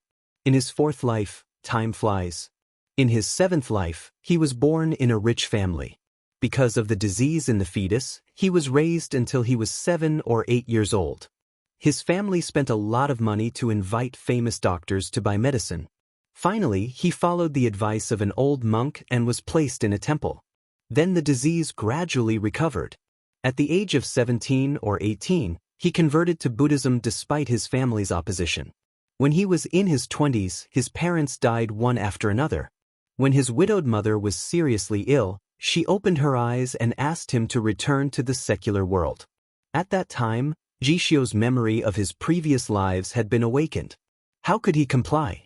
After his widowed mother died, his relatives all blamed him. He scattered his family property and disappeared without a trace. In his 7th life, he was diligent. In the end, he failed to live up to his mother's wishes. In his later years, he practiced hard in the wild temple alone, but he still didn't find the real Buddha. As for the 8th life, he was the Jishio Lin Luoren met. He was born in the most turbulent and dark era of Huaxia. Compared with the previous lives, he knew his previous life in this life. This was the earliest awakening. After several lives, he felt that he seemed to realize something. He wanted to study it carefully, but his mind was still blank. In the 8th life, he was born with wisdom. Jishio found the Buddhism school he joined in his 1st life. The senior apprentice of the Buddhism school who accepted him had already left this world. After several lives, his Buddhism was profound and his holy spells were mysterious. Naturally, he was accepted by the Buddhism school. According to the seniority of the 1st life, he was already a very old senior in the Buddhism school. Naturally, his status was superior. However, he didn't really realize, so Jishio had always been a young Buddhist monk. Decades later, one day, in order to purify the evil spirits in the blood pool underground palace of Jinling, Lin Luoren knocked on the door of the secluded Buddhism school. When she saw Jishio for the first time, he was still the superior, young Buddhist monk. Jishio talked about the experience of several lives, which made people feel immersed. Lin Luoren and Mu Tianan listened attentively. Jishio tilted his head and smiled. I have to thank you, lay Buddhist Lin. If it weren't for the master in the underground palace of Jinling, I would have taken a detour in several lives. Even if you read the scriptures and have holy spells, you still don't know who you are.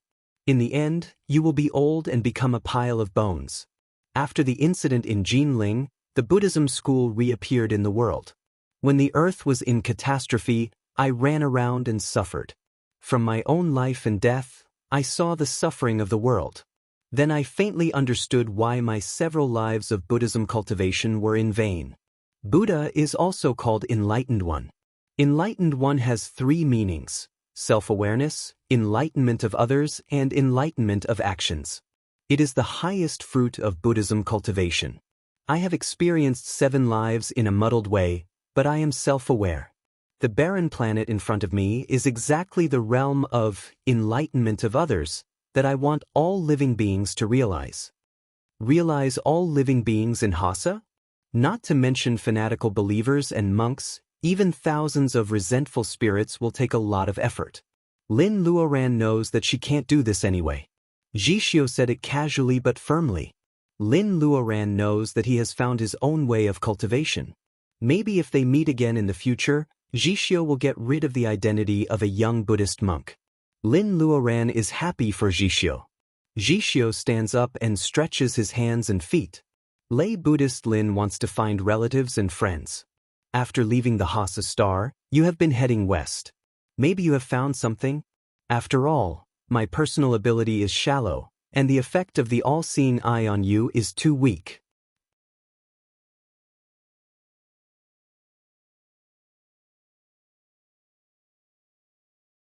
Chapter 558. Jishio has made up his mind to take care of the mess on the Hasa star.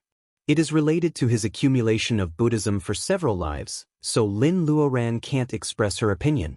The strong spice smell at the source of the Luoye River still reminds people of the rat monster and its Hasa-mi sect.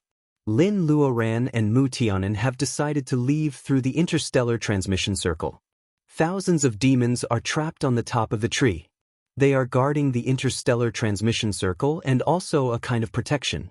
Jishio opens up a passage among the demons for Lin Luoren and Mu Tianan. He checks the magic circle and finds it is not damaged. It is a blessing in misfortune. Lin Luoren knows nothing about the second-rate spiritual world. Jishio was chased by Inshan school all the way to the Hasa star. The teleportation location is random and there are no coordinates. After entering the transmission circle, Mu Tianen reminds her that she still has the Jade Stairs star atlas. She takes it out and looks at it. There is a bright red dot on the back of the second step. Is it the Hasa star where they are? Lin Luoran remembers that Jishio said that she may get something if she keeps heading west after leaving the Hasa star. She tries to use her spiritual mind to connect the Hasa star on the star atlas with the nearest star point in the west. As soon as the thin white line is connected, the interstellar transmission circle with spirit stones shines and runs automatically. Before saying goodbye to Jishio, Lin Luoran and Mu Tianen disappear in the light curtain of the transmission circle. This time, they are teleported to two neighboring planets. The time is much shorter than when Xian Yuanping plotted against them from the Tiankue star to the Hasa star. The uncomfortable teleportation process passes quickly. Lin Luoran and Mu Tianen walk out of the transmission circle. They find that the transmission circle is built in a quiet stone hall. They push the door open and walk out. They see a very lively market. People of the same race and skin color live in rows of houses. The ground is paved with blue bricks. Men, women, and children dressed in huaxia costumes walk among them. They ignore the two people who walk out of the stone house. There are all kinds of people selling figure charms, training qi, and restaurants in a foreign land. People from all walks of life feel that they have traveled through time and space. The only difference between this market and ordinary ones is that the pedestrians and roadside shops are all cultivators.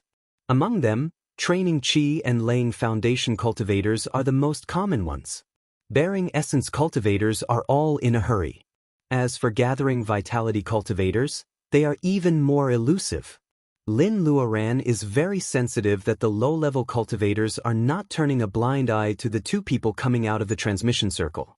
Most of them are secretly looking at them. Some of them are eager to come up and talk to them. However, Brother Mu's face is cold. They all feel the pressure around them and hesitate for a while. Mu Tianen has lived for hundreds of years and he has seen many things. He wants to know the local situation as soon, so he suggests that they should go to a restaurant. Looking at the two of them walking side by side into the nearest restaurant, the few people who were eager to try were all vexed. The talisman seller complained about the pill seller's cowardice. The latter was not convinced and muttered in a low voice, "Who knows if it's a rich man or a senior with a weird temper this time? Zhu Qi, you're brave. Do you want to try the restaurant again?" Zhu Qi looks up and sees Lin Luoran and Mu Tianen sitting by the window on the third floor. "Zhu Qi, you are brave. Do you want to go to the restaurant again?" The market is not small and there are many cultivators selling things. It is really difficult to do business. Zhu Qi looks up and sees Lin Luoran and Lin Luoran sitting by the window on the third floor. They are not avoiding people and it is not private. He can have a try. The market is not small and there are many cultivators selling things. It is really difficult to do business. Zhu Qi looks up and sees Lin Luoran and Mu Tianen sitting by the window on the third floor. It is not a place to hide from people and it is not private. He can have a try. After a while, the cultivators who want to compete with him leave. Zhu Qi rolls his eyes and only bows to Mu Tianen. Mu Tianen and Lin Luoran have naturally noticed that the little cultivator downstairs is paying attention to them. They don't really want to taste the local food by the window. Mu Tianen sees that the man's eyes are lively, but he doesn't look at Lin Luoran. Mu Tianen nods at him and asks him to come up. Zhu Qi has been in the market for a long time. If he gets a chance to talk to Mu Tianen, he may make two big deals. Seeing that Mu Tianen agrees, Zhu Qi leaves his stall and goes to the restaurant. Seeing this, the few cultivators who wanted to do business with Zhu Qi beat their chests and stomp their feet. Lin Luoran orders spirit wine and puts it on the table. The taste is very memorable. The Reiki of the wine is not as good as the fruit wine Lin Luoran made herself. With their personal ability, they don't care about all kinds of spirit wine, fruits and vegetables in the restaurant. However, Zhu Qi is different. The mellow smell of wine and the delicate aroma of spirit fruit on the table lingered in his nose, making Zhu Qi feel refreshed as soon as he entered the private room on the third floor. Zhu Qi had a flattering smile on his face. He looked like he was in his 30s. He was neither a monk nor a Taoist. He looked like a rogue cultivator who made a living in the market. In fact, Mu Tianen had asked the waiter of the restaurant about the general situation of the Lanhu Star before. He also occupied a high position with a panoramic view of the market to collect information. It was Lin Luoran who told him that the middle-aged man downstairs kept winking at him.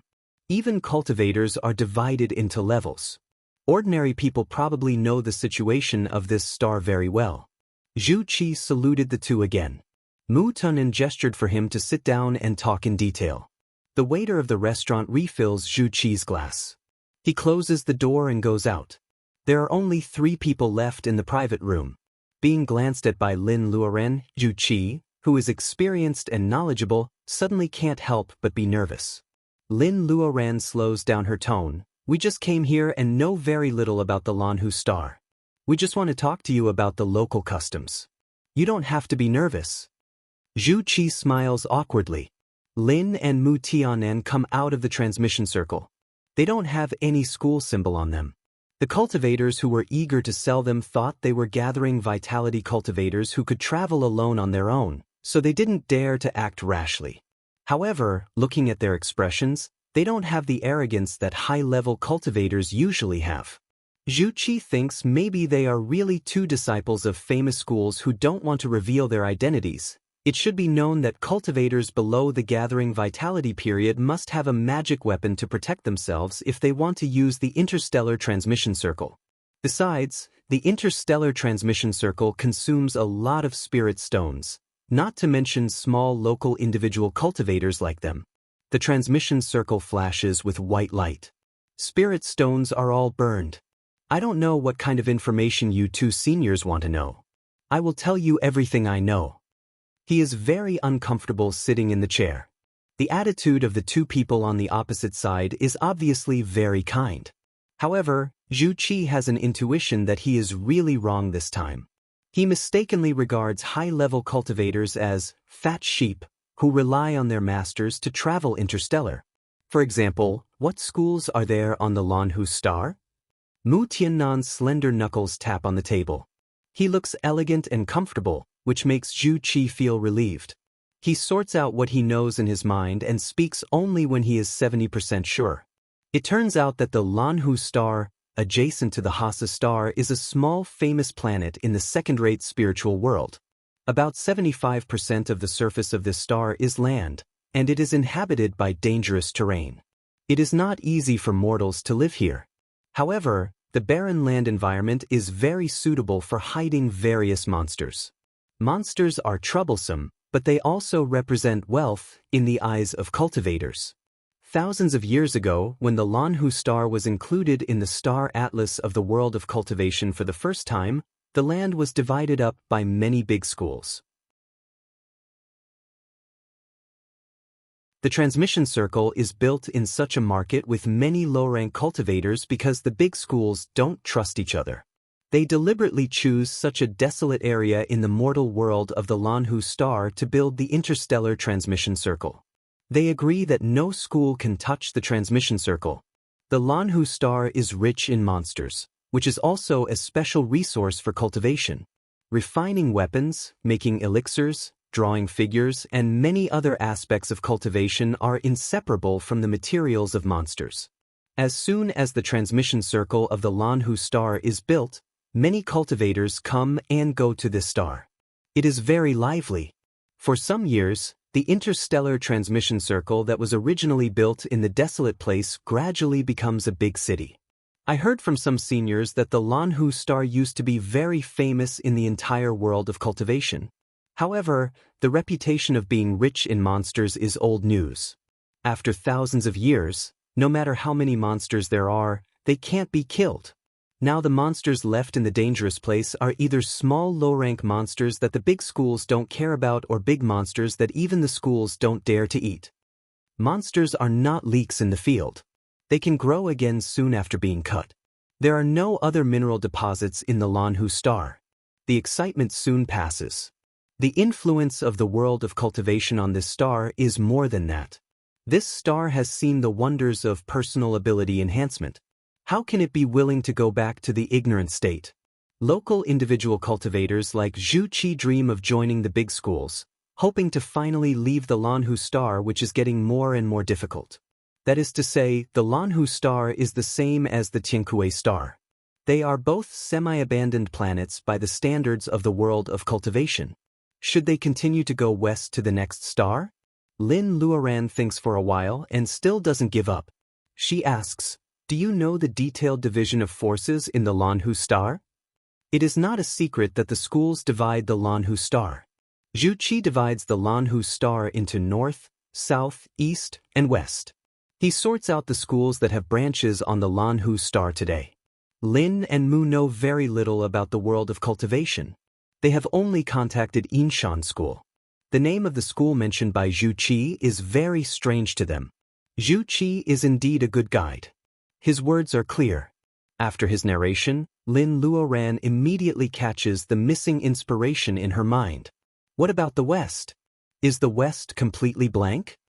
Zhu Qi is stunned and then smiles. Senior cultivator, you don't know this. The rivers of the Lanhu star all converge to the west.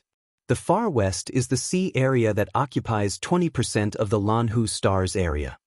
Mu Tianen takes back his right hand that has been on the table. There are always monsters of the water in the sea. Such a big piece of cake won't just be let go like this. Zhu Qi shakes his head. It is said that there is an isolated island in the far West Sea, which is the sphere of influence of Prophet God School. However, Prophet God School never competes with other schools. West Sea is given to Prophet God School, but they never kill monsters of the water. Therefore, cultivators of the Lanhu star rarely mention this school. However, since you asked, I remember that a group of people came out of the transmission circle half a month ago. They left the city and went west. Lin Luoran's eyes are slightly bright. Are they people of Prophet God School? Zhu Qi smiles. Prophet God School is very mysterious in the world of cultivation. I am not sure because of my limited knowledge. Zhu Qi didn't know much about the Celestial Arcanum sect. It should be said that the entire cultivation world kept a distance from this sect that was said to be able to predict the future. Naturally, there was very little news about the Celestial Arcanum sect. Lin Luoran is extremely moved by the word, can predict the destiny. She faintly believes that Zhixio's parting words are about this. Mu Tianen has the same opinion as her. A group of people went west half a month ago. The timing is too coincidental. Zhu Qi goes down the restaurant dizzily. The cultivator who sold elixirs before comes to ask if he made a small fortune. He deceives him. However, thinking of the spirit stones in the storage bag, Zhu Qi's heart is boiling. As for the low-key Lin Luoran and Mu Tianen, they have already left quietly to the west. 1 month later, on the edge of the West Sea of the Lanhu star, Brother Mu and Lin Luoran, who have both arms intact, stand side by side on the beach. The blue tide is chasing one another. The sea breeze blows. He feels a little weird that a new left hand has grown out of his broken arm. Along the way to the west, they have met several ignorant monsters. However, this is not the reason why Mu Tianen decides to use the dragon marrow to regrow his arm. Beautiful women are common in the world of cultivation, but ugly cultivators are hard to find. Even if they are physically disabled, cultivators will try their best to solve it. Mu Tianen can obviously cure his broken arm, but he doesn't care about it. It really goes against the mainstream aesthetic. Walking side by side with Lin Luoran, Mu Tianen, who has lost his left arm, attracts a lot of attention. Brother Mu really can't stand those ambiguous eyes, so he simply treats his broken arm on the way to the west. Lin Luoran has a bone boat to cross the sea. However, the sea is vast. There are so many monsters of the water in the deep sea that Lin Luoran has no time to waste on them. Lin Luoran and Mu Tianen are certainly not standing on the beach for a romantic walk. The holy spell listen comes in handy at this time. She is trying to communicate with the monsters of the water to ask for directions. Monsters have keen senses. Lin Luoran doesn't want to kill them. Besides, there is a big monster standing beside her. Ordinary small monsters don't dare to act rashly. Lin Luoran really gets the information she wants. According to the monster, there is indeed an isolated island facing the water in the middle of the West Sea. The island will appear in the starry night, and there are traces of human cultivators on the island. On weekdays, the island is covered by magic circles. It looks like an ordinary sea.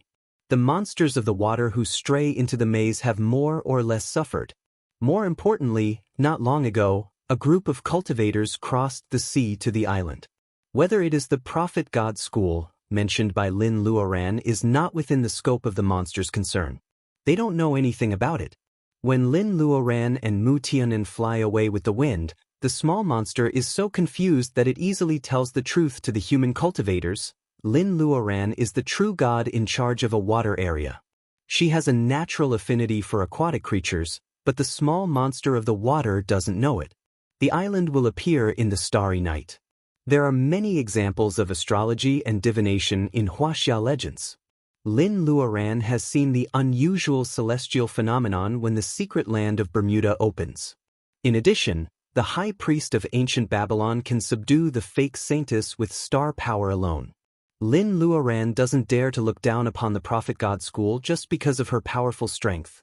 The Prophet God School can make so many forces in the world of cultivation fear it. Compared with all kinds of difficult monsters they have met on the way in the past month, the monsters of the water in the West Sea are really gentle. When Lin Luoran and Mu Tianen determine the location of the island without any danger, they are still a little unsure.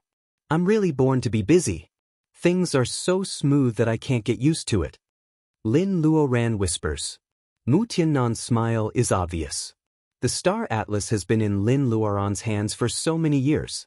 Lin Luoran has some experience in magic circles. The maze circle can fool the monsters of the water, but it can't fool her. We can't stop in the air and wait for a good night to come, can we? Lin Luoran glances at Mu Tianen. She takes out a piece of paper and quickly folds a small paper crane.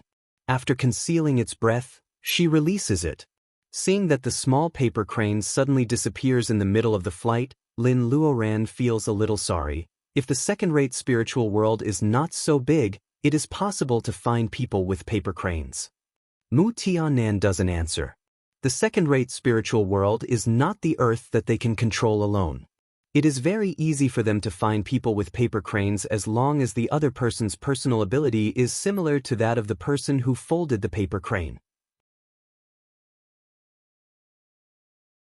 Lin Luoran uses the paper crane as a greeting card and gets a response in less than half an hour.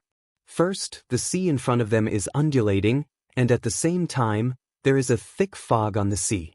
After the wind and waves roar, the fog dissipates, and a beautiful island appears in front of them. A few beautiful and well-dressed young women appeared in the air on their flying magic tools. They smiled at the two of them and said, "Come on, let's go." Big School Brother made a divination yesterday and said that there is a distinguished guest coming. It's all our fault for being so slow and keeping two seniors waiting for so long. Plum blossoms, orchid, bamboo, chrysanthemum, these women are all beautiful. What's more, they are all gathering vitality cultivators. They respectfully call Lin and Mu Tianen seniors, which is very polite. They say, Big School Brother made a divination yesterday and said that there is a distinguished guest coming, but they are still hiding on the island. Lin Luoran just pretends not to hear the contradiction. In the stronghold of Prophet God School on the Lanhu Star, which has been declining for a long time, there are actually several gathering vitality female cultivators who can be ushers at will.